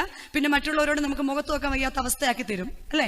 അപ്പം നാബാൽ ഉടനെ പറഞ്ഞു, ദാവീദാര്, ഇശായിയുടെ പുത്രനാര്, അവർക്കെന്ത് ഇവിടെ കാര്യം എന്ന് ചോദിച്ച് ദാവീദിന്റെ ആളുകളെ ആട്ടി ഓടിച്ച് അവിടുന്ന് വിടുകയാണ്. എന്നാൽ ഇത് കണ്ട നബാലിന്റെ ദാസന്മാര് നബാലിന്റെ ഭാര്യയായ അബിഗേലിന്റെ അടുക്കലേക്ക് കടന്നു വന്നിട്ട് പറയുകയാണ്, അബിഗേലെ, ഇങ്ങനെയൊരു സംഭവം ഇവിടെ നടക്കുന്നുണ്ട്. എന്നാൽ ഈ ദാവീദിന്റെ ആളുകൾ ഞങ്ങൾ അവരുടെ വെളിമ്പ്രദേശത്തായിരുന്നപ്പോൾ ഞങ്ങളെ സംരക്ഷിക്കുകയും ഞങ്ങൾക്ക് വേണ്ടതെല്ലാം തരികയും ചെയ്തവരായിരുന്നു. ഇപ്പോൾ ഇവരെ നിന്ദിച്ച് പറഞ്ഞു വിട്ടാൽ ദാവീദ് തീർച്ചയായിട്ടും ഇതിന് പകരം ചെയ്യും. അതുകൊണ്ട് എന്താന്ന് വെച്ചാൽ ചെയ്തു കൊള്ളുക. നാബാലിനോട് പറഞ്ഞിട്ട് കാര്യമില്ല എന്നറിയാവുന്ന അബിഗേൽ പെട്ടെന്ന് തന്നെ എഴുന്നേറ്റ് പുറപ്പെട്ട് വേണ്ട അടയും വെള്ളവും മുന്തിരിച്ചാറും ഒക്കെയായിട്ട് കഴുതയ്ക്ക് കോപ്പിട്ടിട്ട് ദാവീദിന്റെ അടുക്കലേക്ക് ചെല്ലുകയാണ്. പോകുന്ന വഴി കാണുകയാണ്, അങ്ങ് ദൂരെ നിന്ന് ദാവീദ് പടയൊരുക്കവുമായിട്ട് വരികയാണ്. ബുദ്ധിമതിയായ ഭാര്യ എന്ത് ചെയ്തെന്നറിയാമോ? ഓടിച്ചെന്ന് ദാവീദിനോട് പറഞ്ഞു, ഞങ്ങളോട് ക്ഷമിക്കണം, എൻ്റെ ഭർത്താവിന് തെറ്റുപറ്റിയതാണ്, ഞങ്ങളോട് ക്ഷമിക്കണം. ദാവീദ് പറഞ്ഞു, ക്ഷമിക്കില്ല. എൻ്റെ ദാസന്മാരെ നിന്ദിച്ച് പറഞ്ഞയച്ച നിങ്ങളെ ഞാൻ നിങ്ങളുടെ കുലത്തെ ഞാൻ ഇല്ലായ്മ ചെയ്യും. ബുദ്ധിമതിയായ അബിഗേൽ ദാവീദിന്റെ കാലിലേക്ക് വീണിട്ട് പറയുകയാണ്, ബോഷത്വം എന്നാണ് എൻ്റെ ഭർത്താവിന്റെ പേര് തന്നെ. ഞാൻ വെറുതെ ഉണ്ടാക്കി പറയല്ല കേട്ടോ. 1 ശമൂവേൽ പുസ്തകം 25-ാം അധ്യായം 25-ാം വാക്യം തന്നെ പറയാണ്, നാബാലിന്റെ വാക്കുകളെ ഗണ്യമാക്കരുത് യജമാനനെ, എൻ്റെ ഭർത്താവിന്റെ പേര് തന്നെ എന്താണ്? പൊട്ടനെന്നാണ്, പോഷനെന്നാണ്, കഴിവുകെട്ടവനെന്നാണ്. ഞാൻ മാപ്പ് ചോദിക്കുകയാണ്. ദാവീദ് ക്ഷമിക്കാൻ കൂട്ടാക്കാത്തപ്പം ദാവീദിന്റെ കാലെ മുറുകെ പിടിക്കുകയാണ്. ദാവീദിന്റെ കാലെ മുറുകെ പിടിച്ചു കഴിഞ്ഞപ്പോൾ ദാവീദ് പറഞ്ഞു, അല്ലയോ യുവതി, നിന്റെ വിവേകം സ്തുത്യം. അവരോട് ക്ഷമിച്ച് ദാവീദ് തിരിച്ച് തന്റെ സ്ഥലത്തേക്ക് പോകുകയും അബിഗേൽ തിരിച്ച് തന്റെ ഭവനത്തിലേക്ക് കടന്നു വരുമ്പോൾ നാബാല് കുടിച്ച് ഉന്മത്തനായി ബോധം കെട്ട് കിടക്കുകയാണ്. പ്രത്യേകിച്ച് പറഞ്ഞിട്ട്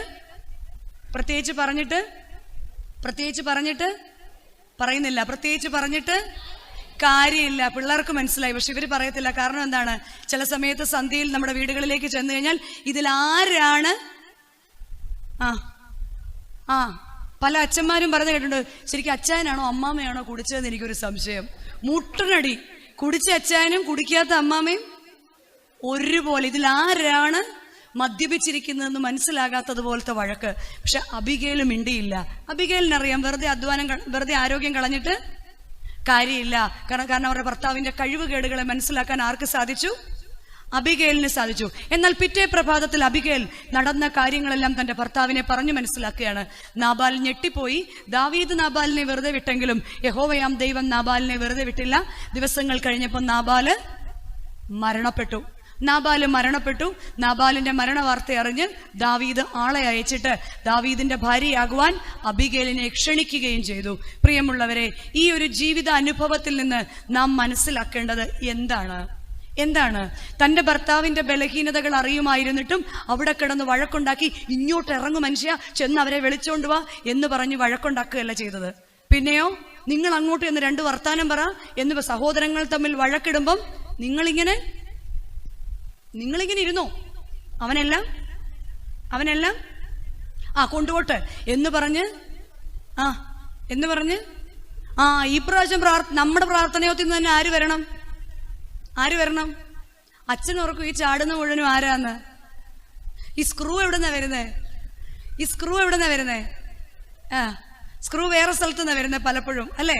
എന്നാൽ തന്റെ ജീവിത പങ്കാളിയുടെ കുറവുകളെ മനസ്സിലാക്കി അബിഗേൽ വേണ്ടവണ്ണം പ്രവർത്തിച്ചു. യാഗമർപ്പിക്കേണ്ടവന്റെ മുമ്പിൽ യാഗമർപ്പിച്ചു, കരയേണ്ടവന്റെ മുൻപിൽ കരഞ്ഞു, കാല് പിടിക്കേണ്ടവന്റെ മുൻപിൽ കാല് പിടിച്ചു. എന്നാൽ ഇന്ന് സംഭവിക്കുന്നത് എന്താണ്? നമ്മുടെ ജീവിത പങ്കാളിയുടെയോ നമ്മുടെ മക്കളുടെയോ നമ്മുടെ സഹോദരങ്ങളുടെയോ നമ്മുടെ മരുമക്കളുടെയോ നമ്മുടെ മാതാപിതാക്കളുടെയോ കുറ്റങ്ങൾ ആരോട് പറഞ്ഞാൽ നമ്മൾ ആശ്വസിക്കുന്നത്? ഈ കണ്ട നാട്ടുകാരോടെല്ലാം പറയും. പക്ഷേ എൻ്റെ കുറ്റങ്ങൾ ആരോടാണ് പറയേണ്ടത്? എന്നോടാണ് പറയേണ്ടത്, അല്ലെങ്കിൽ എൻ്റെ ദൈവത്തോടാണ് പറയേണ്ടത്. എന്നോട് പറഞ്ഞിട്ട് ജീവിത പങ്കാളിയെ തിരുത്താൻ നോക്കിയിട്ട് സാധ്യമല്ലെങ്കിൽ എന്തേ മാർഗമുള്ളൂ? ആരോട് പറഞ്ഞിട്ടേ കാര്യമുള്ളൂ? ദൈവത്തോട് പറയുക. ദാവീദിന്റെ കാൽക്കൽ അബിഗേൽ തക്ക സമയത്ത് വീണപ്പോൾ സ്വർഗത്തിൽ നിന്ന് ദൈവം പ്രവർത്തിക്കുകയും അബിഗേലിനെ ആരാക്കി മാറ്റി? ദാവീദിന്റെ രാജ്ഞിയാക്കി മാറ്റിയതുപോലെ കുറവുകളോടുകൂടി ജീവിത പങ്കാളിയെ ദൈവസന്നിധിയിൽ സമർപ്പിക്കുക, കുറവുകളോടുകൂടി മക്കളെ ദൈവസന്നിധിയിൽ സമർപ്പിച്ച് പ്രാർത്ഥിക്കുക, കുറവുകളോടുകൂടി മാതാപിതാക്കളെ ദൈവസന്നിധിയിൽ സമർപ്പിച്ചുകൊണ്ട് പ്രാർത്ഥിക്കുക. ഇവിടെ പരിശുദ്ധ അമ്മയുടെ അടുക്കൽ ദൂതൻ വന്നിട്ട് പറയുന്നുണ്ട്, നീ ഗർഭം ധരിച്ചൊരു പുത്രനെ പ്രസവിക്കുമെന്ന്. പരിശുദ്ധ അമ്മ ചോദിക്കുന്നുണ്ട്, ഇതെങ്ങനെ സംഭവിക്കും? മറുപടിയായിട്ട് ദൈവത്തിന്റെ ആത്മാവ് എന്താ പറയുന്നത്? ദൂതൻ എന്താ പറയുന്നത്? പരിശുദ്ധാത്മാവ് നിന്റെ മേൽ വരും, അത്യുന്നതന്റെ ശക്തി നിന്റെ മേൽ വ്യാപരിക്കും, നിന്നിൽ നിന്ന് ഉത്ഭവിക്കുന്നത് എന്തായി മാറും? വിശുദ്ധ പ്രജയായി മാറും. കുടുംബ ജീവിതത്തിലുള്ളവർ മനസ്സിലാക്കേണ്ട ഒരു കാര്യമുണ്ട്. എൻ്റെ ജീവിത പങ്കാളിക്ക്, എൻ്റെ ഭാര്യയ്ക്ക് ഒരുപാട് കുറവുകളുണ്ട്, എൻ്റെ ഭർത്താവിന് ഒരുപാട് കുറവുകളുണ്ട്. മറ്റുള്ളവരുടെ മക്കളെ പോലെയല്ല ഞങ്ങളുടെ മക്കൾക്ക് ഒരുപാട് കുറവുകളുണ്ട്. അത് പറഞ്ഞ് കരഞ്ഞിട്ട് കാര്യമില്ല. ആരോടാണ് പറയേണ്ടത്? ദൈവത്തിന്റെ സന്നിധിയിൽ പറയേണ്ടവന്റെ മുൻപിൽ പറയണം. നമ്മുടെ വായിൽ നിന്ന് ആകാത്ത വാക്കുകളൊന്നും ജീവിത പങ്കാളിയുടെ മേൽ വീഴരുത്, മക്കളുടെ മേൽ വീഴരുത്. അതവർക്ക് അനുഗ്രഹത്തിന് പകരം ശാപമായി തീരും. എന്തു ചെയ്യണം? ഞാൻ ആയിരിക്കുന്ന അവസ്ഥയിൽ കുറവുകളോടുകൂടി ഇദ്ദേഹത്തെ വഹിക്കുവാൻ ദൈവമേ ഇദ്ദേഹത്തെ അവിടുത്തെ തിരുസന്നിധിയിലേക്ക് തരുന്നു. കുത്തുവാക്കുകളും മുറിപ്പെടുത്തലുകളും പറയുന്ന എൻ്റെ ജീവിത പങ്കാളിയെ, കുത്തുവാക്കുകളും വാക്കുകൾ മാത്രം പറയുന്ന എൻ്റെ മാതാപിതാക്കളുടെ മക്കളെ ഒക്കെ ദൈവത്തിന്റെ പരിശുദ്ധാത്മാവ് വരണം. അപ്പോൾ അത്യുന്നതന്റെ ശക്തി വ്യാപരിക്കും. നമ്മളുടെ ഭവനങ്ങളിൽ അത്യുന്നതന്റെ ശക്തി വ്യാപരിക്കണമെങ്കിൽ വേറൊരു മാർഗവുമില്ല. എന്തേ ഉള്ളൂ? പരിശുദ്ധാത്മാവ് വരണം. കഴിഞ്ഞ ദിവസം ഒരു അമ്മ എന്നെ ഫോൺ ചെയ്തിട്ട് പറഞ്ഞു, ആ കുട്ടി സ്കൂളിൽ വരുന്നില്ല കേട്ടോ, സ്കൂളിൽ വരുന്നില്ല. ടീച്ചറെ, ഞാൻ പറഞ്ഞു അമ്മ പറഞ്ഞാട്ടെ, ചേച്ചി പറഞ്ഞാട്ടെ, ടീച്ചറെ മോൾക്ക് സ്കൂളിൽ വരണമെന്ന് ആഗ്രഹമുണ്ട്, ടീച്ചറിനെ ഭയങ്കര പേടിയാ. അപ്പം ഞാൻ ചോദിച്ചു, 24 മണിക്കൂർ ഇങ്ങനെ ചിരിച്ചുകൊണ്ട് നിൽക്കുന്ന എന്നെ എന്തിനാണ് അവൾ പേടിക്കുന്നത്? എന്താണെന്ന് അറിഞ്ഞൂടാ. അപ്പച്ചൻ മരിച്ചേ പിന്നെ കുഞ്ഞിനങ്ങ് ഭയങ്കര പേടിയാ. ഞാൻ പറഞ്ഞു, ചേച്ചി വിട്ടോ, ഞാൻ കുഞ്ഞിനെ നോക്കിക്കോളാം. കുഞ്ഞിൻ്റെ പേടി എന്താണെന്ന് എനിക്കറിയാം, അമ്മയ്ക്കറിയത്തില്ലേലും. കുഞ്ഞ് സ്കൂളിൽ വന്നു കഴിഞ്ഞ് ഞാൻ കുഞ്ഞിനോട് ചോദിച്ചു, മോളെ ടീച്ചർ വഴക്ക് പറഞ്ഞിട്ടുണ്ടോ? ഇല്ല. മോളെ ടീച്ചർ അടിച്ചിട്ടുണ്ടോ? ഇല്ല. എന്തെങ്കിലും കുത്തുവാക്ക് പറഞ്ഞിട്ടുണ്ടോ? ഇല്ല. പിന്നെ നീ എന്തിനാ എന്നെ പേടിക്കുന്നത്? കുടുകുടാന്ന് കരഞ്ഞിട്ട് പറഞ്ഞു, എനിക്ക് ടീച്ചറിനെ പേടിയാ. എന്തുവാ? ഞാൻ പറഞ്ഞു, ഞാൻ പറയട്ടെ നീ എന്തിനാ എന്നെ പേടിക്കുന്നതെന്ന്. സ്കൂളിൽ വരിക എന്നും പറഞ്ഞ് ഇറങ്ങിയിട്ട് ഈ തിരുവല്ലായിക്കൂടെ നല്ലൊരു അച്ചാച്ചൻ്റെ കൂടെ നീ ഇങ്ങനെ കറങ്ങി നടക്കുന്നത് BRCയിൽ പോകുന്ന വഴിക്ക് ടീച്ചറായ ഞാൻ കണ്ടു എന്നുള്ളത് ആരും കണ്ടു? നീ കണ്ടു. നിന്നെ ഞാൻ കണ്ടു എന്ന് കാണിക്കാൻ ഞാൻ ഈ ട്രാഫിക്കിനകത്തൂടെ എൻ്റെ വണ്ടി തിരിച്ച് ഞാൻ വന്നു. അല്ലേ ടീച്ചർ വെറുതെ പറഞ്ഞാന്ന് പറയത്തില്ലേ? ടീച്ചർ ചുമ്മാ പറഞ്ഞാന്ന് അമ്മ ആദ്യം പറയും, അപ്പനെയും കൊണ്ട് എന്നിട്ട് പിറ്റേ ദിവസം സ്കൂളിൽ വരും. ഞാൻ തിരിച്ചു പോയി. എന്നിട്ട് ഞാനൊന്ന് ഓണടിച്ച് ഒന്ന് വന്ദനം ചൊല്ലിയിട്ട് ഞാനും തിരിച്ചെങ്ങോട്ട് പോയി? ഞാൻ ഒന്നും പറഞ്ഞില്ല. അതാണ് ആരുടെ പേടി? ആരുടെ പേടിയാ അത്? കുഞ്ഞിന്റെ പേടി. അമ്മ എന്താ പറയുന്നേ? ടീച്ചറിന് എൻ്റെ കുഞ്ഞിന് ഇതാണ് പുതിയ തലമുറയുടെ ഒരു വലിയ ലോജിക്ക്. അതുകൊണ്ട് ആയിരിക്കുന്ന അവസ്ഥയിൽ ലയിച്ചു ചേരുക. പരസ്പരം മക്കളുടെ മുൻപിൽ നിന്ന് യൗസേപ്പ് രഹസ്യമായിട്ട് എങ്ങനെ ഉപേക്ഷിക്കണമെന്നാണ്. പരസ്യമാക്കി വേണമെങ്കിൽ കല്ലെറിയാൻ ആർക്ക് സാധിക്കുമായിരുന്നു? ജീവിത പങ്കാളിയുടെ കുറവുകളെ രഹസ്യമായി ദൈവസന്നിധിയിൽ സമർപ്പിച്ച് പ്രാർത്ഥിക്കാൻ, മക്കളുടെ, മരുമക്കളുടെ, കൊച്ചുമക്കളുടെ കുറവുകളെ ദൈവസന്നിധിയിൽ സമർപ്പിച്ച് പ്രാർത്ഥിക്കുവാൻ ഒരു കുടുംബനാഥൻ, ഒരു കുടുംബത്തിലെ അമ്മയ്ക്ക് സാധിച്ചെങ്കിൽ മാത്രമേ ആ കുടുംബത്തിൽ ആര് വസിക്കുകയുള്ളൂ? പരിശുദ്ധാത്മാവ് വസിക്കുകയുള്ളൂ. ആയിരിക്കുന്ന അവസ്ഥയിൽ ലയിച്ചു ചേരണം. 2, ഉപ്പ് മുറിവിനെ ഉണക്കും. ഉപ്പ് മുറിവിനെ, നിങ്ങൾ ലോകത്തിന്റെ ഉപ്പാകുന്നു എന്ന് പറയുമ്പോൾ ഉപ്പ് എന്തിനെ ഉണക്കും? എന്നാൽ എൻ്റെ വാക്കുകൾ, എൻ്റെ സംസാരങ്ങൾ, എൻ്റെ നോട്ടം, എൻ്റെ പ്രവൃത്തി എൻ്റെ വീട്ടിൽ മുറിവുണ്ടാക്കുകയാണോ മുറിവുണക്കുകയാണോ ചെയ്യുന്നത്? മുറിവുണ്ടാക്കുകയാണോ? എൻ്റെ വായിലെ വാക്ക് ചിലപ്പോൾ ചിലതൊക്കെ അങ്ങ് വിഴുങ്ങിയാൽ, അന്നേരം ഒന്ന് വിട്ടുകൊടുത്താൽ തീരാവുന്ന പല പ്രശ്നങ്ങളും വലിയ പ്രശ്നങ്ങളായി മാറും. ഈ ഗാന്ധി ജയന്തിയോടനുബന്ധിച്ച് ജയിൽ വിസിറ്റിന് പോകും. ഒരിക്കൽ ജയിൽ വിസിറ്റിന് പോയപ്പം അച്ഛൻ പള്ളിയിലെ യൂത്തും ഒക്കെ ആയിട്ടാണ് പോയത്. എല്ലാവരും സന്തോഷിക്കുക, ഒരു ചെറുപ്പക്കാരൻ മാത്രം ഇങ്ങനെ മാറിയിരിക്കുക. അപ്പൊ അച്ഛൻ അവന്റെ അടുക്ക ചെന്ന് തോളെ തട്ടിയിട്ട് ചോദിച്ചു, എന്താ ഇതിനൊന്നും വരാത്തത്? എൻ്റെ അച്ഛ, സന്തോഷിക്കാനൊന്നുള്ള യോഗ്യത എനിക്കില്ല അച്ഛ. അപ്പൊ അച്ഛൻ പറഞ്ഞു, വാ ഇവരുടെ കൂടെ ഒന്ന് സന്തോഷിക്കേ. ഇല്ല അച്ഛ, എനിക്കതിനുള്ള യോഗ്യതയില്ല അച്ഛ. അച്ഛൻ ചോദിച്ചു, എന്താ ഇവിടെ കേസ്? കൊലപാതകം. അപ്പൊ അച്ഛൻ നല്ല നിഷ്കളങ്കനായ ഒരു ചെറുപ്പക്കാരൻ. അപ്പൊ അച്ഛൻ ചോദിച്ചു, ആരെയാ കൊന്നേ? അവൻ പറഞ്ഞു, അച്ഛാ എൻ്റെ അമ്മയെ. അച്ഛൻ ഞെട്ടലോടെ ചോദിച്ചു, എന്താ സംഭവിച്ചത്? അച്ഛൻ, ഞാൻ ഒരിക്കലും അങ്ങനെ ചെയ്യണമെന്ന് വിചാരിച്ചല്ല. അപ്പനില്ലാതെ കഷ്ടപ്പെട്ട അമ്മ എന്നെ കുഞ്ഞിലെ തൊട്ട് വളർത്തിയതാ. പക്ഷെ വന്ന കാലം തൊട്ട് എൻ്റെ ഭാര്യയും എൻ്റെ അമ്മയും കൂടെ വഴക്കാ. ഞാൻ കള്ളു കുടിക്കത്തില്ല, ഞാൻ ചീട്ട് കളിക്കത്തില്ല, ഞാൻ ആവശ്യമില്ലാത്ത ഒന്നിനും പോകത്തില്ല. പക്ഷെ എനിക്ക് ഭയങ്കര ദേഷ്യം അച്ഛാ. എൻ്റെ ദേഷ്യം എനിക്ക് നിയന്ത്രിക്കാൻ പറ്റത്തില്ല അച്ഛാ. വേറെ ഒരു ദുസ്വഭാവവും ഇല്ല, എൻ്റെ ദേഷ്യമാണ് എൻ്റെ ദുസ്വഭാവം. ഒരു ദിവസം വൈകിട്ട് ഞാൻ ജോലി പെയിന്റിംഗ് ആണ്. പെയിന്റിങ് കഴിഞ്ഞ് വരുന്ന സമയത്ത് എൻ്റെ അമ്മയും എൻ്റെ ഭാര്യയും കൂടെ ഭയങ്കര വഴക്ക്. എനിക്കെന്നെ നിയന്ത്രിക്കാൻ പറ്റാതെ അവിടെ കിടന്ന അലൂമിനിയം കസാര എടുത്ത് ഞാൻ തറയിലോട്ട് അടിച്ചതാ. മോനെ അടിക്കരുതേ എന്ന് പറഞ്ഞ് അമ്മ മുന്നിലോട്ട് വീണു. ഈ കസാര വന്ന് അമ്മയുടെ തലയിലോട്ട് അടിച്ച് തല പൊട്ടി അമ്മ അമ്മ അമ്മ അമ്മ മരിച്ചു. അവൻ ആരുമായി? കുലപാതകിയുമായി. ചില സമയത്തെ ദേഷ്യങ്ങൾ, ചില സമയത്തെ മുറിവുകൾ, ചില സമയത്തെ വാക്കുകൾ ഒരിക്കലും മായ്ക്കാത്ത ജീവന്റെ കണക്ക് പുസ്തകത്തിൽ എഴുതപ്പെടുന്നതാണ്. നമ്മൾ ജയിക്കാൻ വേണ്ടിയായിരിക്കും അങ്ങനെയൊക്കെ സംസാരിക്കുന്നത്. പക്ഷേ നിങ്ങൾ പിറുപിറുപ്പും വാദവും കൂടാതെ ജീവിക്കണമെന്ന് തമ്പുരാൻ നമ്മളെ ഓർമ്മിപ്പിക്കുകയാണ്. നല്ലൊരു തലമുറ ഉണ്ടാകണമെങ്കിൽ. പിന്നെ ഉപ്പ എന്ത് ചെയ്യും? കേടുവരാതെ സൂക്ഷിക്കും. നമ്മുടെ കുടുംബത്തെ കേടുവരാതെ സൂക്ഷിക്കാൻ നമുക്ക് സാധിക്കാറുണ്ടോ? പലപ്പോഴും എങ്ങനെയാ കേടുവരുന്നത്? നമ്മുടെ പല വഴക്കിന്റെയും കാരണം 1-2 ദിവസം മിണ്ടാതിരുന്ന് കഴിയുമ്പം ശരിക്കും എന്താ കാരണമെന്ന് നമ്മൾ തന്നെ ആലോചിക്കും. എന്തുവാ കാര്യം, എന്തുവാ? പക്ഷെ 2 ദിവസമായി എന്ത് ചെയ്തിട്ട് ഇനി ആരാദ്യം മിണ്ടും എന്നതാണ് പലപ്പോഴും നമ്മുടെ. ഒരിക്കലേ ഒരു ചേട്ടൻ ഉച്ചയ്ക്ക് ചോറുണ്ണാനായിട്ട് വീട്ടിലേക്ക് വന്നു. ഈ ചേട്ടന് വേറെ കുഴപ്പമൊന്നുമില്ല. പക്ഷെ എന്ത് കണ്ടാലും എന്തെങ്കിലും ഒരു കുറ്റം പറയണം, അത് മസ്റ്റാ. ഇനി ആ കുറ്റം പറയുമ്പോൾ പുള്ളിക്ക് എന്തൊന്നില്ലാത്ത ഒരു സന്തോഷം. ഇവരെ പോലല്ല, ആ ചേട്ടൻ ഒരു കുറ്റം പറഞ്ഞേ പറ്റൂ. അപ്പൊ ചേച്ചി ചോറ് കൊണ്ടുവച്ചു, ഓക്കെ. അത് കഴിഞ്ഞ് മീൻകറി കൊണ്ടുവച്ചു, ഓക്കെ. ചേച്ചി തോരൻ എടുത്തോണ്ട് വരുമ്പോ കാണുന്നത് ഈ മീൻകറി എടുത്ത് ഇങ്ങനെ ഒഴിക്കുക. ഇപ്പൊ ചേച്ചിയുടെ വീട് കൊട്ടാരക്കരയാ. എന്താടി കൊട്ടാരക്കര മഴയായിരുന്നോ എന്ന് ചോദിച്ചു. എന്താ ചോദിച്ചേ? ഈ കൊട്ടാരക്കര ആരുടെ വീടാ? ഇത്രയും പോരെ? ഈ പാത്രം അങ്ങോട്ട് മേശപ്പുറത്തോട്ട് വെച്ചു. ഞാൻ അല്ലേലും നിങ്ങളെ ശ്രദ്ധിക്കും. വല്ലതും പറയാനുണ്ടെങ്കിൽ എന്നെ പറഞ്ഞോണം, എൻ്റെ വീട്ടുകാരെ പറയരുത്. അപ്പൊ ചേട്ടൻ പഴയ എന്തെങ്കിലും ഒരു സാധനങ്ങളൊക്കെ ഇടും. നീ എന്തോ ഒത്തിരി അങ്ങ് പറയുന്നത്? നിന്റെ വീട്ടുകാർ ഇവിടോട്ട് എന്തുവാ? ഞാൻ പറയണ്ടല്ലോ, ബാക്കി അറിയാമല്ലോ. അങ്ങോട്ട് പറഞ്ഞ് ഇങ്ങോട്ട് പറഞ്ഞ് മഴയാണോന്ന് തുടങ്ങിയ ചോദ്യം വലിയ ബഹളമായി. കുറച്ചു നേരം കഴിഞ്ഞപ്പോൾ ചേട്ടൻ ഇറിറ്റേഷനായി. ജോലിക്ക് പോകേണ്ടതാ ബാക്കി. പുള്ളി ചാടി എഴുന്നേറ്റ് ഒറ്റ ഇടി വെച്ച് കൊടുത്തിട്ട് പറഞ്ഞു, ഇത്രയും മഴ പെയ്ത സ്ഥിതിക്ക് എനിക്കൊരു ഇടിയുടെ അവകാശം ഉണ്ടെന്ന്. ചേച്ചി ഇടിയും കൊണ്ട് ഓടി. ചേട്ടൻ പതിവ് പോലെ എന്നോടാ കളി, ഞാൻ ആരാന്നാ വിചാരം, ഞാൻ മാർത്തോമാ ശ്ലീഹ നേരിട്ട് കൈവപ്പ് വന്ന കുടുംബത്തിലെ വിശേഷപ്പെട്ട കണ്ണിയാ, എന്നോടാണോ അവളുടെ കളി? ചേച്ചി ഒട്ടും മോശമല്ല. മാർത്തോമാ ശ്ലീഹ അവരുടെ കൊട്ടാരക്കര വഴിയും പോയിട്ടുണ്ടായിരുന്നു. ചേച്ചി അടുപ്പിൽ നിന്നൊരു കമ്പെടുത്തോണ്ട്, നല്ലൊരു വിറകുകൊള്ളി എടുത്തോണ്ട് വന്ന് ചേട്ടനൊരു കുത്തു കൊടുത്തിട്ട് പറഞ്ഞു, ഇടി വെട്ടിയ സ്ഥിതിക്ക് എന്തുകൂടാകാം? ഇടിവെട്ടിയുടെ കൂടെ എന്തുകൂടെ വരും? മിന്നലും കൂടെ ആവാം. ശരിക്കും എന്തായിരുന്നു വഴക്കിന്റെ കാരണം?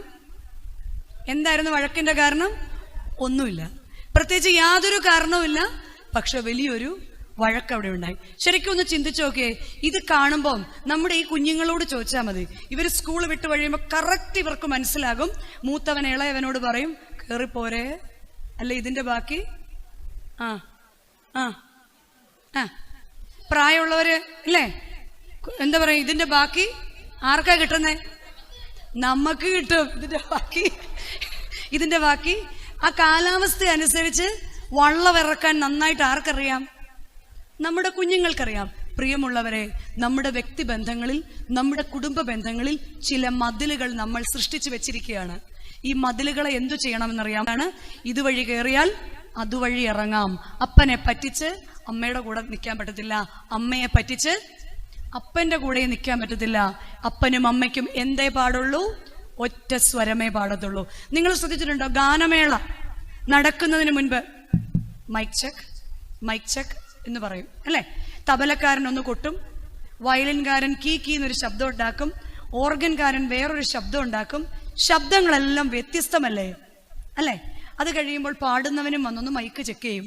എന്നാൽ ഗാനമേള തുടങ്ങിക്കഴിയുമ്പോൾ എങ്ങനെയായിരിക്കും പാട്ട്?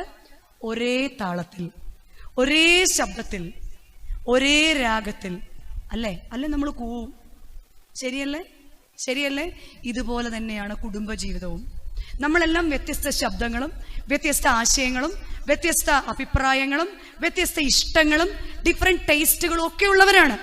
എന്നാൽ ആയിരിക്കുന്ന അവസ്ഥയിൽ ബലഹീനതയോടുകൂടി ജീവിത പങ്കാളിയെ മനസ്സിലാക്കുവാൻ, ആയിരിക്കുന്ന അവസ്ഥയിൽ ബലഹീനതയോടുകൂടി മക്കളെ മനസ്സിലാക്കുവാൻ, ആയിരിക്കുന്ന അവസ്ഥയിൽ അങ്ങനെ തന്നെ മാതാപിതാക്കളെ മനസ്സിലാക്കുവാൻ നമുക്ക് സാധിച്ചെങ്കിൽ മാത്രമേ ക്രിസ്തീയ കുടുംബ ബന്ധങ്ങൾ അനുഗ്രഹപ്രദമാകുകയുള്ളൂ. കുടുംബം അല്ലെങ്കിൽ കല്യാണം എന്ന് പറയുന്ന രണ്ട് വ്യക്തികൾ തമ്മിലുള്ള കോൺട്രാക്ട് ആണ് എന്നാണ് നമ്മുടെ ധാരണ. അല്ല. എന്നാൽ ക്രിസ്തീയ കുടുംബ ബന്ധം രണ്ട് വ്യക്തികൾക്ക് ദൈവവുമായുള്ള ഉടമ്പടിയാണ്. മിസ്രൈമിൽ നിന്ന് കൂട്ടിക്കൊണ്ടുവന്ന മണവാട്ടിയോട് ഉടമ്പടി ചെയ്യുവാൻ സീനായി മലയിലേക്ക് ഇറങ്ങി വന്ന മഹോന്നതനായ ദൈവം അല്ലെ എന്നാണ് വിവാഹ ശുശ്രൂഷയിൽ നമ്മൾ പറയുന്നത്. വധുവായ സഭയോട് കൂടിച്ചേരുവാൻ മണവാളനായ ക്രിസ്തു ഇറങ്ങി വന്നു എന്ന് പറയുന്നത് പോലെ പരസ്പരം ഇറങ്ങി വരാൻ നമുക്ക് സാധിക്കണം. ആയിരിക്കുന്ന രഥം വെട്ടി ഇറങ്ങി വന്നില്ലെങ്കിൽ അപ്പൻ വീട്ടിലെ സെക്യൂരിറ്റി ആവും. അമ്മയും മക്കളും കൂടെ അപ്പനെ ആരാക്കി മാറ്റും? സെക്യൂരിറ്റി ആക്കി മാറ്റും. അമ്മയെ വീട്ടിലെ ആരാക്കി മാറ്റും? മക്കൾ എന്തേ കേട്ടിട്ടുള്ളൂ? പി കാച്ചു ഒന്നും വേണ്ട. പി കാച്ചു കളിക്കും അല്ലേ? പി കാച്ചു കളിക്കുവാണോ? അമ്മയെ എന്താക്കി മാറ്റണം? മാറ്റും ഒരു ജോലിക്കാരി. നിന്നോട് ഞാൻ പറഞ്ഞിട്ടുണ്ട് എന്റെ ഷർട്ട് ഇങ്ങനെ വിറയ്ക്കും അന്നേരം.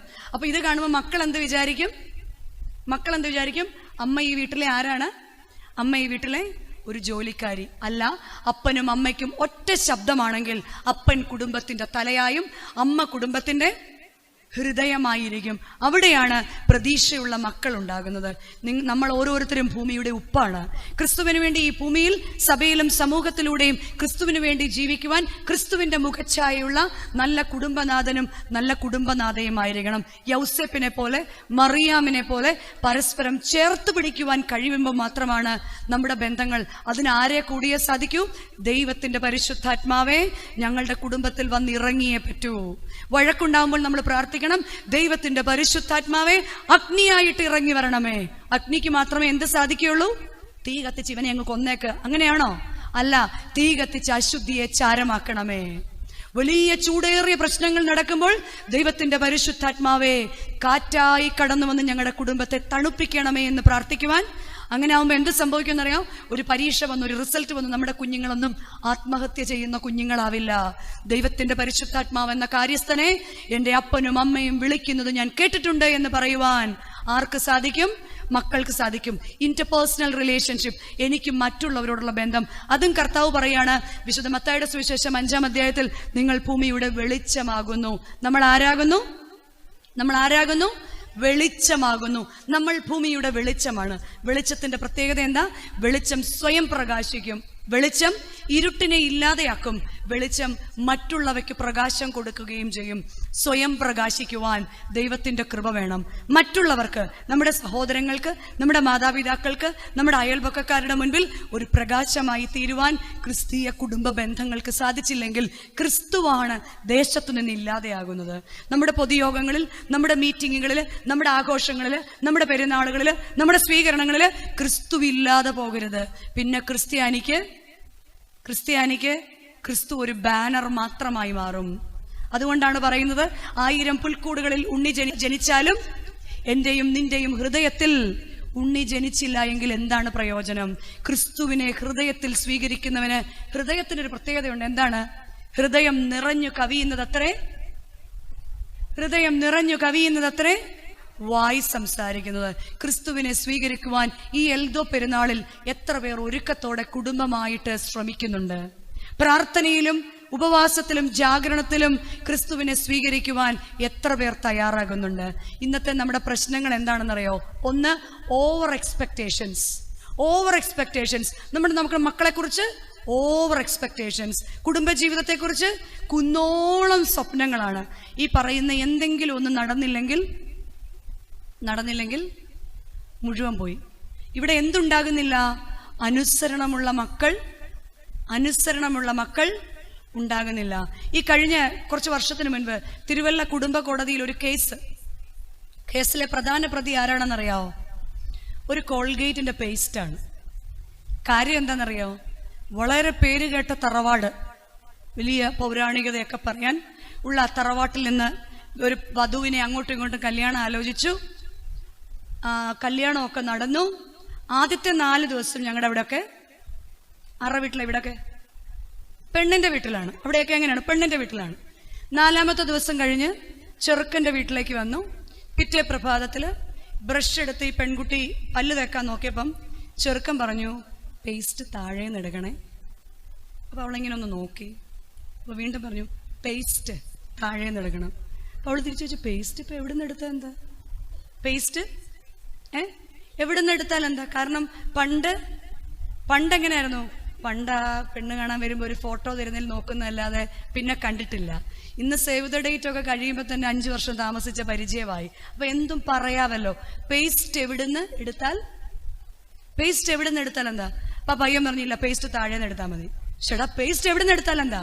ഈ പേസ്റ്റിന്റെ പേരിൽ വാക്ക് തർക്കമായി. അവൻ ലാസ്റ്റ് കാര്യം പറഞ്ഞു, ഞങ്ങളുടെ മമ്മി ഭയങ്കര ഡിസിപ്ലിനാ, പേസ്റ്റ് ഇങ്ങനെ മിസ്യൂസ് ചെയ്താൽ മമ്മിക്ക് ദേഷ്യം വരും. ഇവിടെ ഈ പേസ്റ്റ് എടുത്ത് ഒരൊറ്റ ഏറ് വെച്ച് കൊടുത്തിട്ട് പറഞ്ഞു, ഞങ്ങളും വീട്ടിൽ പല്ലൊക്കെ തേക്കുന്നവരാ, അതിനുശേഷം ഇവിടെ പെട്ടെന്ന് ഫോൺ എടുത്തു. ആരെ വിളിച്ചു കാണും? ഡാഡിയെ വിളിക്കത്തില്ല. ഇങ്ങനത്തെ ചീള് കേസിലൊന്നും ആരെ വിളിക്കത്തില്ല. നീ ഓടി വണ്ണേന്ന് പറയും അല്ലേ? ആരെ വിളിച്ചു? മമ്മിയെ വിളിച്ചു. മമ്മിയെ വിളിച്ചപ്പോ മമ്മി പറഞ്ഞു, ആഹാ അങ്ങനെ അവര് പറഞ്ഞു, അങ്ങനെ ഇങ്ങോട്ട് വരട്ടെ, ഞാനും അച്ചായനും കൂടെ അങ്ങോട്ട്. ഇത്രയും മാത്രമേ സംഭവിച്ചുള്ളൂ. ഈ പേസ്റ്റ് പിന്നെ പല്ല് തേച്ചോ ഇല്ലയോ എന്നുള്ളതല്ല വിഷയം. പിന്നെന്താണ് വിഷയം? രണ്ടുപേരും രണ്ട്. പണ്ട് വിശുദ്ധ കൂദാശ കല്യാണത്തിന്റെ പ്രത്യേകത എന്തായിരുന്നു? കാനായിലെ കല്യാണ വിരുന്നിൽ യേശുവും ശിഷ്യന്മാരും ക്ഷണിക്കപ്പെട്ട അതിഥിയായിട്ട് അവിടെ ഉണ്ടായിരുന്നു. പരിശുദ്ധ അമ്മയും കർത്താവും ശിഷ്യന്മാരും വിവാഹത്തിന് ഉണ്ടായിരുന്നു. എന്നാൽ ഇന്ന് നമ്മുടെ വിവാഹങ്ങൾ കൂദാശകളെക്കാൾ ഉപരി ആഡംബരത്തിന്റെയും കൂത്താട്ടത്തിന്റെയും അതിർവരമ്പുകളെ ഭേദിച്ച് എത്ര മ്ലേച്ഛമായ രീതിയിലേക്ക് നമ്മുടെ വിവാഹങ്ങളും ആൽബങ്ങളും ഒക്കെ മാറിയിരിക്കുന്ന ഒരു കാലഘട്ടത്തിൽ കൂടെ നമ്മൾ ജീവിക്കുമ്പോൾ ക്രിസ്തു നമ്മളുടെ കുടുംബബന്ധത്തിൽ, നമ്മുടെ കുഞ്ഞുങ്ങളുടെ കുടുംബബന്ധത്തിൽ, കല്യാണ ആലോചനയിൽ ഉണ്ടായിട്ടുണ്ടോ എന്ന് ചിന്തിക്കണം. വീണ്ടും നമുക്ക് യൗസേപ്പിലേക്ക് പോകാം. യൗസേപ്പിനെ കുറിച്ച് പറഞ്ഞു, യൗസേപ്പ് രഹസ്യത്തിൽ പ്രാർത്ഥിച്ചുകൊണ്ടിരുന്നു. എന്താണ് മാർഗമെന്ന് ദൈവത്തോട് ആലോചന ചോദിക്കുന്ന മാതാപിതാക്കളും മക്കളും ആയിരിക്കണം. എന്തു തുടങ്ങുവാൻ? കുടുംബ ബന്ധം തുടങ്ങാൻ. ഇപ്പോൾ നമ്മൾ ഫോട്ടോഗ്രാഫർ പറയുന്ന അനുസരിച്ചാണ് എന്ത് രാവിലത്തെ. പണ്ട് ആരായിരുന്നു തീരുമാനിക്കുന്നത്? പണ്ടാരാ കല്യാണങ്ങൾ നിയന്ത്രിച്ചുകൊണ്ടിരുന്നത്? കുടുംബത്തിലെ കാരണവരായിരുന്നു. ഇപ്പൊ ഇടയ്ക്കിടയ്ക്ക് പുള്ളി എഴുന്നേറ്റ് വരുന്നുണ്ട്. അന്നേരം ഫോട്ടോഗ്രാഫർ പറയും, ഫ്രെയിമേന്ന് അങ്ങ് മാറിക്കേ അച്ചായ, ഫ്രെയിമേന്ന് അച്ചായനൊരു കാര്യം, ഫ്രെയിമേന്ന് മാറി അങ്ങോട്ട് ഇരുന്നോളാൻ. പണ്ട് ഒരു ചിട്ടയും ഒരു വട്ടവും ഒക്കെ ഉണ്ടായിരുന്നതിനകത്ത് അന്ന് അപ്പന് പറയാതെ പറയുമായിരുന്നു, ഞാൻ നിന്റെ അമ്മയെ ഇല്ലായ്മയിലും കരുതിയതുപോലെ നീ നിന്റെ ഭാര്യയെ കരുതണം. ഓരോ അമ്മയ്ക്കും അന്ന് കണ്ണുനീരിന്റെ ഒരുപാട് കഥകൾ പറയാനുണ്ടായിരുന്നു. ആ അമ്മ പറഞ്ഞു കൊടുക്കും, ഞാൻ നിന്റെ അപ്പനെയും നിന്റെ അപ്പന്റെ വീട്ടുകാരെയും ചേർത്ത് പിടിച്ചതുപോലെ നീ ചെല്ലുന്നിടത്ത് നിന്റെ ഭവനത്തിലുള്ളവരുടെ നടുവിൽ നീ ഒരു വിളക്കായിട്ട് നിൽക്കണമെന്ന് പറഞ്ഞു കൊടുക്കാൻ ക്രിസ്തീയ അപ്പനും അമ്മയ്ക്കും സാധിക്കുന്നില്ല എങ്കിൽ നമ്മുടെ കുഞ്ഞുങ്ങളുടെ ജീവിതങ്ങളെല്ലാം തന്നെ എന്തായി മാറും? ഇത് നമ്മളിപ്പം നന്നായിട്ട് വളർത്തി വിട്ടാലും കൂടെ ചേരുന്നത് അങ്ങനെ അല്ലെങ്കിൽ. അതുകൊണ്ട് യൗവനപ്രായത്തിൽ മുതൽക്ക് തന്നെ കുഞ്ഞുങ്ങൾക്ക് തക്കതായ തുണയെ കിട്ടുവാനും ക്രിസ്തുവുള്ള കുഞ്ഞുങ്ങൾ നമ്മുടെ ഭവനത്തിൽ വരുവാനും നമ്മൾ പ്രാർത്ഥിക്കണം.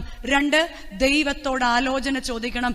ഏത് കാര്യത്തിനും ദൈവത്തോട് ആലോചന ചോദിക്കണം. പണ്ടൊക്കെ കളിച്ചും ചിരിച്ചുമൊക്കെ കരോളൊക്കെ കഴിഞ്ഞ് പള്ളിപ്പറമ്പിലും കിടന്ന് ഒക്കെ വീട്ടിൽ വരുമ്പോഴും എവിടെ ആയിരുന്നടാ ഇന്നലെ എന്നൊരു ചോദ്യത്തിന് മതിയായ ഉത്തരം അപ്പനുണ്ടായിരുന്നു. എവിടെ ആയിരുന്നു?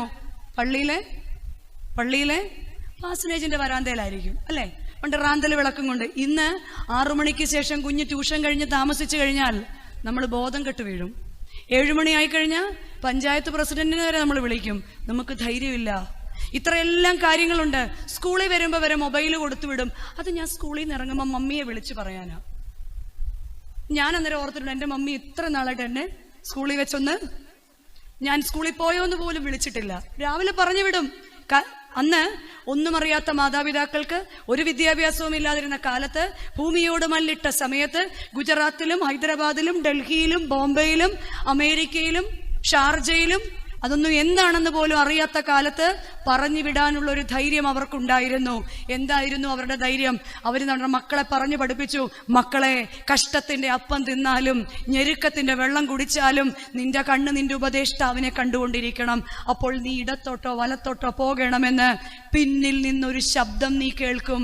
പകൽ മേഘസ്തംഭമായിട്ടും രാത്രി അഗ്നിതൂണായിട്ടും നിന്റെ പിതാക്കന്മാരെ വഴി നടത്തിയ ദൈവം നിന്നെ വഴി നടത്തും. അപ്പൊ ഇപ്പൊ നമ്മൾ എന്ത് ചെയ്തിരിക്കുക? GPS വെച്ചിരിക്കുക കുഞ്ഞെങ്ങോട്ടാ പോകുന്നതെന്നറിയാൻ. എന്നിട്ടും നമുക്ക് ധൈര്യമില്ല. ധൈര്യമുണ്ടാകണമെങ്കിൽ കുഞ്ഞിന്റെ ഉള്ളിൽ ആരുണ്ടാകണം? കുഞ്ഞിന്റെ ഉള്ളിൽ ആരുണ്ടാകണം?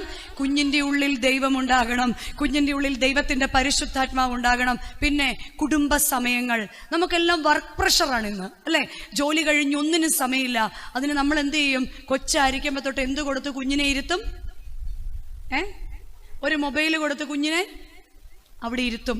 എന്നിട്ട് നാശകോടാലിയായി കഴിഞ്ഞു കഴിയുമ്പം കരഞ്ഞുകൊണ്ട് സ്കൂളിലും കൗൺസിലിംഗുകാരുടെ ഇടത്തും ഒക്കെ വന്നിട്ട് പറയും, എങ്ങനെയെങ്കിലും എൻ്റെ കുഞ്ഞിനെ ഒന്ന്, എങ്ങനെയെങ്കിലും കുഞ്ഞിനെ ഒന്ന്, നല്ലവനും വിശ്വസ്തനുമായ ദാസ, അല്പകാര്യങ്ങളെ ഞാൻ നിന്നെ ഏൽപ്പിച്ചു. ഞാൻ നിന്നെ ഏൽപ്പിച്ചത് എന്താണ്? നിന്റെ ജീവിത പങ്കാളിയെ, നിന്റെ മക്കളെയുമാണ്. തൂക്കി നോക്കുന്ന ഒരു ദൈവം. ബേൽശസ്സർ രാജാവിനോട് പറഞ്ഞൊരു വാക്കുണ്ട്, മേനെ മേനെ തെക്കൽ ഊഫർസീൻ, ഞാൻ നിന്നെ തൂക്കി നോക്കി, ഞാൻ നിന്നെ കുറവുള്ളവനായി കണ്ടു, ഞാൻ നിന്റെ രാജ്യം മേദ്യർക്കും പാഴ്സികൾക്കുമായിട്ട് കൊടുക്കുമെന്ന്. നമ്മളോടും കർത്താവ് ഓരോ ദിവസവും പറയുന്നുണ്ട്, എഴുന്നേൽക്കുക, ശ്രദ്ധിക്കുക, നിന്റെ മക്കളെക്കുറിച്ച് നീ ബോധമുള്ളവരായിരിക്കുക. മക്കളുടെ മുൻപിൽ ഇന്നൊരു മാധ്യമ സംസ്കാരമാണ്.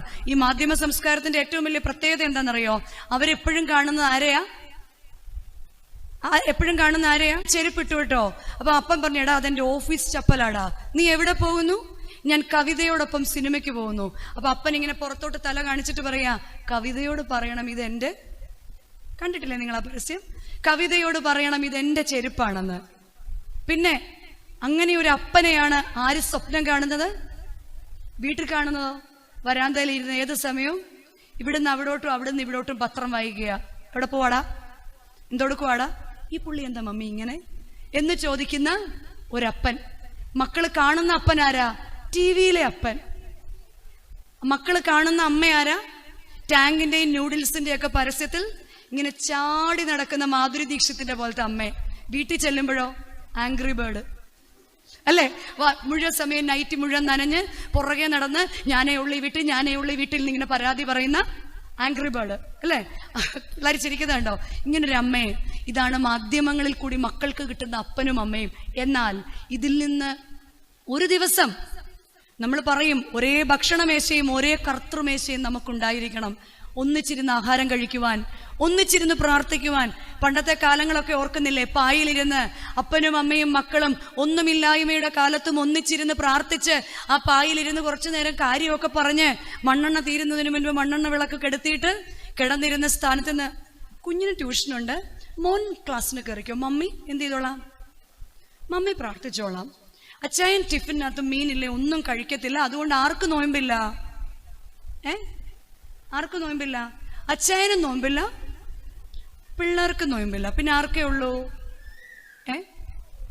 നമ്മളെയാണോ അതിന്റെ കോൺട്രാക്ട് ഏൽപ്പിച്ചിരിക്കുന്നത്? അല്ല, കുടുംബത്തിലെ എല്ലാവരെയും ഒറ്റച്ചരടിൽ ചേർത്ത് വെച്ച് കൊണ്ടുപോകുക എന്നതാണ്. നമ്മൾ പറയത്തില്ലേ, യഥാ രാജ തഥാ പ്രജ. എങ്ങനെയാണോ മാതാപിതാക്കൾ, അങ്ങനെ മാത്രമേ ആരെ ആഗ്രഹിക്കാവൂ? മക്കളെയും ആഗ്രഹിക്കാവൂ. പിന്നെ പരസ്പരം ചെളിവാരി എറിയുമ്പോൾ ഓർക്കുക, നമ്മൾക്ക് വഴക്കിടാം, വഴക്കിടരുതെന്ന് പറയുന്നില്ല, വഴക്കിടാം. മനുഷ്യരാണോ? വഴക്കിടും. പക്ഷെ മക്കളുടെ മുൻപിൽ നിന്ന് വഴക്കിടാതിരിക്കുക, മരുമക്കളുടെ മുമ്പിൽ നിന്ന് വഴക്കിടാതിരിക്കുക. എന്തെങ്കിലും പറയാനുണ്ടെങ്കിൽ പേഴ്സണലായിട്ട് വിളിച്ച് വഴക്കിടുക. കാരണം നിങ്ങൾ 10, 20, 30, 40, 50 വർഷം കൊണ്ട് ഭാര്യയുടെയും ഭർത്താവിൻ്റെയും കുറവുകൾ കഷ്ടപ്പെട്ട് പഠിച്ചതാ, അല്ലേ? ജയിക്കാൻ വേണ്ടി നമ്മൾ എന്തും വിളിച്ചു പറയും. ഇതാര് ഫ്രീ ആയിട്ട് കേട്ടോണ്ടിരിക്കുക? ആര് ഫ്രീ ആയിട്ട് കേട്ടോണ്ടിരിക്കുക? ഇങ്ങനൊരു കഴിവുകെട്ട മനുഷ്യൻ ഇല്ല, അയാളെയൊക്കെ കണ്ടുപഠിക്കുക ഇയാള്, അല്ലേ? ഇതാര് കേട്ടോണ്ടിരിക്കുകയാണ്? ആര് കേട്ടോണ്ടിരിക്കുക? മക്കള് കേട്ടോണ്ടിരിക്കുക. 2 വർഷം കഴിയുമ്പം നോക്കിയ സാംസൺ ആക്കി ആര് തിരിച്ചു പറയും? അല്ലേ അപ്പായി? എന്നതിനും മക്കള് തിരിച്ചു പറയും. മക്കളുടെ മുൻപിൽ നിന്ന് പരസ്പരം മുറിവേൽപ്പിക്കാതിരിക്കുക, പിറുപിറുപ്പും വാദവും കൂടാതെ ജീവിക്കുക. പിന്നെ എന്തു ചെയ്യണം? അവരുടെ ഇടയിൽ ജീവന്റെ വചനം പ്രമാണിക്കണം. നമ്മൾ ഓരോരുത്തരും ജീവന്റെ വചനം പ്രമാണിച്ച് ജ്യോതിസ് പോലെ പ്രകാശിക്കണം. ജീവന്റെ വചനം കേട്ടതുകൊണ്ട് കാര്യമായില്ല, അത് പ്രമാണിക്കണം. പൗലോസ് മാർ ഗ്രിഗോറിയോസ് തിരുമനസ്സുകൊണ്ട് പറഞ്ഞിട്ടുണ്ട്, ഓരോ ക്രിസ്തീയ കുടുംബ ബന്ധങ്ങളും ശുശ്രൂഷ കേന്ദ്രങ്ങളായിരിക്കണം.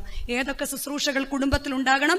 പ്രാർത്ഥന എന്ന ശുശ്രൂഷ, ബോധനം എന്ന ശുശ്രൂഷ, സേവനം എന്ന ശുശ്രൂഷ. ചിട്ടയായ കുടുംബ പ്രാർത്ഥന നിങ്ങളുടെ കുടുംബത്തിലുണ്ടോ എന്ന് ചിന്തിക്കുക. വ്യക്തി പ്രാർത്ഥന മക്കളുടെ മുൻപിൽ ഉണ്ടോ എന്ന് ചിന്തിക്കുക. ഒന്നുമില്ലായ്മയുടെ കാലത്ത് ഓലമേഞ്ഞ വീട്ടിൽ ചാണകം മെഴുകിയ തറയിൽ യഹോവ എന്റെ ഇടയനാകുന്നു, എനിക്കൊന്നിനും കുറവില്ല എന്ന് പറഞ്ഞ മാതാപിതാക്കൾ ഇത്രത്തോളം മച്ചിട്ട വീടുകളും കിടക്കാൻ നല്ല മെത്തകളുമായിട്ടും നമ്മുടെ കസേര പോരാ, നമ്മുടെ TV മാത്രമേ ഉള്ളൂ ഇങ്ങനെ, അല്ലേ?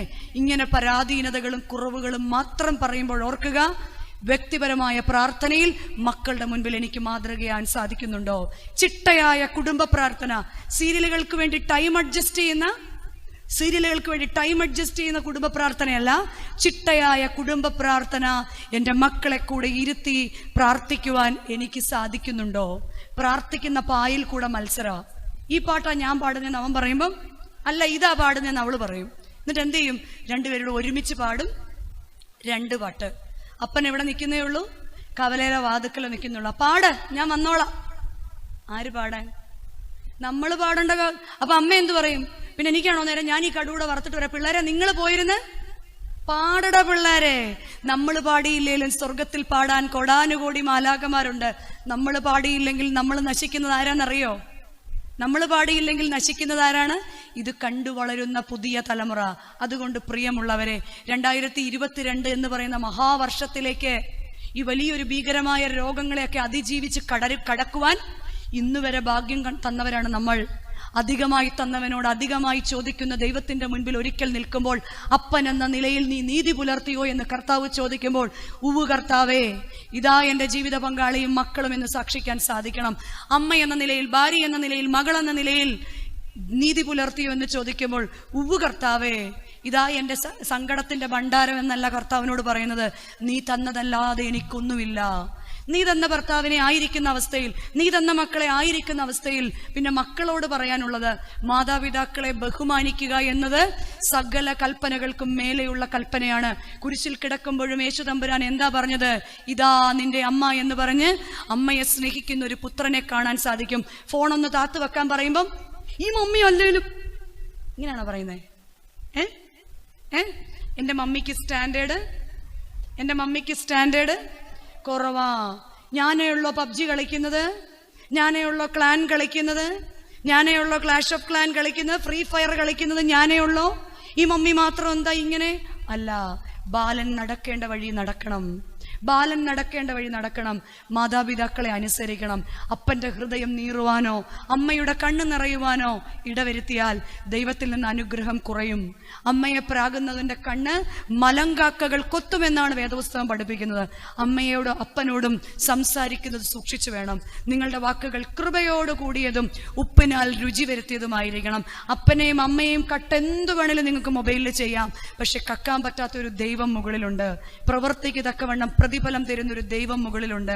അമ്മ കരഞ്ഞാൽ സ്വർഗത്തിൽ ദൈവം കരയും. അപ്പൻ വിഷമിച്ചാൽ സ്വർഗത്തിലെ ദൈവം കരയും. നിങ്ങൾ അപ്പനെയും അമ്മയും വിഷമിച്ചാൽ ലോകരുടെ മുൻപിൽ നിന്റെ അപ്പനും അമ്മയുടെയും തല താഴ്ന്നു പിടിക്കുമ്പോൾ പുത്രൻ തമ്പുരാൻ നമ്മളോട് പകരം ചോദിക്കും. കാരണം എന്താണ്? കുരിശിൽ കിടന്നപ്പോഴും അവൻ പറഞ്ഞ ഒരു വാക്കാണ്, ഇതാ നിന്റെ അമ്മ. ഒരു തച്ചന്റെ മകനെ പോലെ തച്ചനായിട്ട് ജീവിക്കുവാൻ അപ്പനോട് ചേർന്ന് നിന്ന പുത്രനെ പോലെ അപ്പന്റെയും അമ്മയുടെയും സാമ്പത്തികമായ ബുദ്ധിമുട്ടുകളെ മനസ്സിലാക്കുവാൻ, അവരുടെ കുറവുകളെ മനസ്സിലാക്കുവാൻ, അവരുടെ അധ്വാനത്തെ മനസ്സിലാക്കുവാൻ, അവരുടെ പ്രാർത്ഥനകളെ പിൻചൊല്ലുവാൻ, അവരുടെ വിശ്വാസത്തെ പാലിക്കുവാൻ വരും തലമുറയ്ക്ക് സാധിക്കണം. കുഞ്ഞിനാകെ റെസ്റ്റുള്ളത് സൺഡേയാണ്, കിടന്നുറങ്ങിക്കോട്ടെ എന്നല്ല, ഉണർത്തിക്കൊണ്ടുവരണം. ഇസ്രായേൽ ജനം പലായനം ചെയ്തു കഴിഞ്ഞ് കനാൻ ദേശത്ത് എത്തിക്കഴിഞ്ഞപ്പോൾ അവരോട് യഹോവയാം ദൈവം പറഞ്ഞു, ഇനി നീ വന്ന് കൂട്ടമായി എൻ്റെ ആലയത്തിൽ ആരാധിക്കണം. വേണേ തിരിച്ച് അച്ഛനോട് ചോദിക്കാം, അച്ഛാ ഓൺലൈനിൽ അച്ഛൻ ചൊല്ലിയപ്പോഴും ഞങ്ങൾ പ്രാർത്ഥിച്ചിട്ട് ദൈവം നിന്റെ പലായനകാലം കഴിഞ്ഞ് നീ കനാൻ ദേശം അവകാശപ്പെട്ട് കഴിയുമ്പോൾ നിന്നെ നടത്തിയ ദൈവത്തെ മറക്കരുത്. അതാണ് ബോധന ശുശ്രൂഷ മക്കൾക്ക് കൊടുക്കണം. ബോധന ശുശ്രൂഷ മക്കൾക്ക് കൊടുക്കണം. ഞാനിപ്പം ഒരു ജേഴ്സി നമ്പർ 10 എന്ന് പറഞ്ഞ ഇവർ പറയും, അല്ലെങ്കിൽ ജേഴ്സി നമ്പർ 13 എന്ന് പറഞ്ഞ ഇവർ പറയും. ഇളയ ദളപതി ആരാന്ന് ചോദിച്ചാൽ ഇവർ പറയും. ഈ വർഷം എവിടെയാണ് ISL നടക്കുന്നതെന്ന് വെച്ചാൽ ഇവർ പറയും. പക്ഷെ ദാനിയേൽ ആരാണെന്ന് ചോദിച്ചാൽ എത്ര കുഞ്ഞുങ്ങൾ പറയും? യെശയ്യാവ് ആരാണെന്ന് ചോദിച്ചാൽ എത്ര കുഞ്ഞുങ്ങൾ പറയും? അബ്രഹാമിന്റെ അപ്പന്റെ പേര് തേരഹാണെന്ന് എത്ര പേര് പറയും? നെബൂഖദ്നേസർ രാജാവ് ആരായിരുന്നു ചോദിച്ചാൽ എത്ര പേര് പറയും? കാരണം എന്തായിരുന്നു? പണ്ട് മടിയിലിരുത്തി പറഞ്ഞു കൊടുത്തത് പരസ്പരവും കുടുംബ വഴക്കും എൻ്റെ കുട്ടികളുടെ അച്ഛനും ഒന്നും ആയിരുന്നില്ല. അന്ന് സീരിയലുകളായിരുന്നില്ല. ഇന്ന് ഏറ്റവും കൂടുതൽ സീരിയൽ കാണുന്ന ആരാന്നറിയോ? പറയുമ്പോൾ മാതാപിതാക്കൾക്ക് സങ്കടം വരും. സ്കൂളിൽ വന്ന് മാതാപിതാക്കൾ പരാതി പറയുന്ന, ടീച്ചറെ ഞാൻ എങ്ങനെയെങ്കിലും പഠിപ്പിക്കാം, പക്ഷെ ഞങ്ങളുടെ അമ്മച്ചി പറയുന്നത് നീ വേണേ നിന്റെ കൊച്ചിനെ എവിടെയെങ്കിലും കൊണ്ടിരുത്തി പഠിപ്പിച്ചോ, എനിക്ക് ഇച്ചിരി നേരം ഇതൊക്കെ ഒന്ന് സീരിയൽ കാണണം. ആ ഒരു കുലയിൽ ഏത് കായ് ഉണ്ടാകണമെന്ന് നമ്മൾ തന്നെ ചിന്തിക്കുക.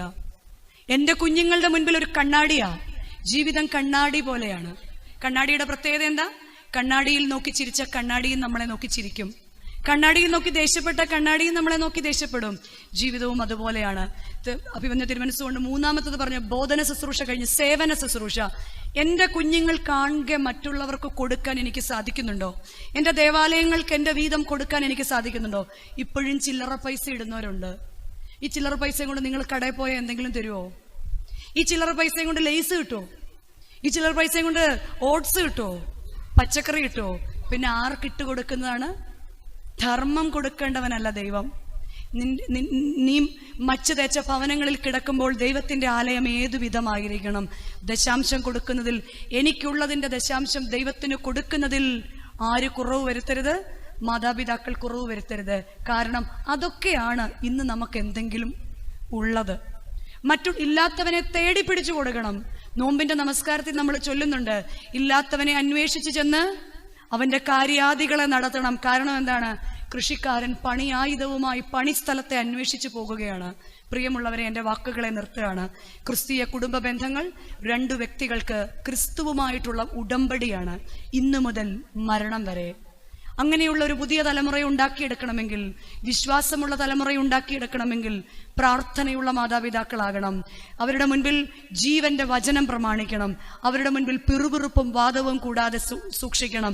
ബലഹീനതയോടുകൂടി ജീവിത പങ്കാളിയെ മനസ്സിലാക്കുവാൻ, ബലഹീനതയോടുകൂടി മക്കളെ മനസ്സിലാക്കുവാൻ, ബലഹീനതയോടുകൂടി സഹോദരങ്ങളെ മനസ്സിലാക്കുവാൻ, പരസ്പരം ക്ഷമിക്കുവാൻ, സഹിക്കുവാൻ, സ്നേഹിക്കുവാൻ. ക്രിസ്തു തമ്പുരാൻ പറയുന്ന, എന്നെ ആഗ്രഹിക്കുന്നവൻ എൻ്റെ നുകമേറ്റ് എന്നോട് പഠിപ്പേൻ.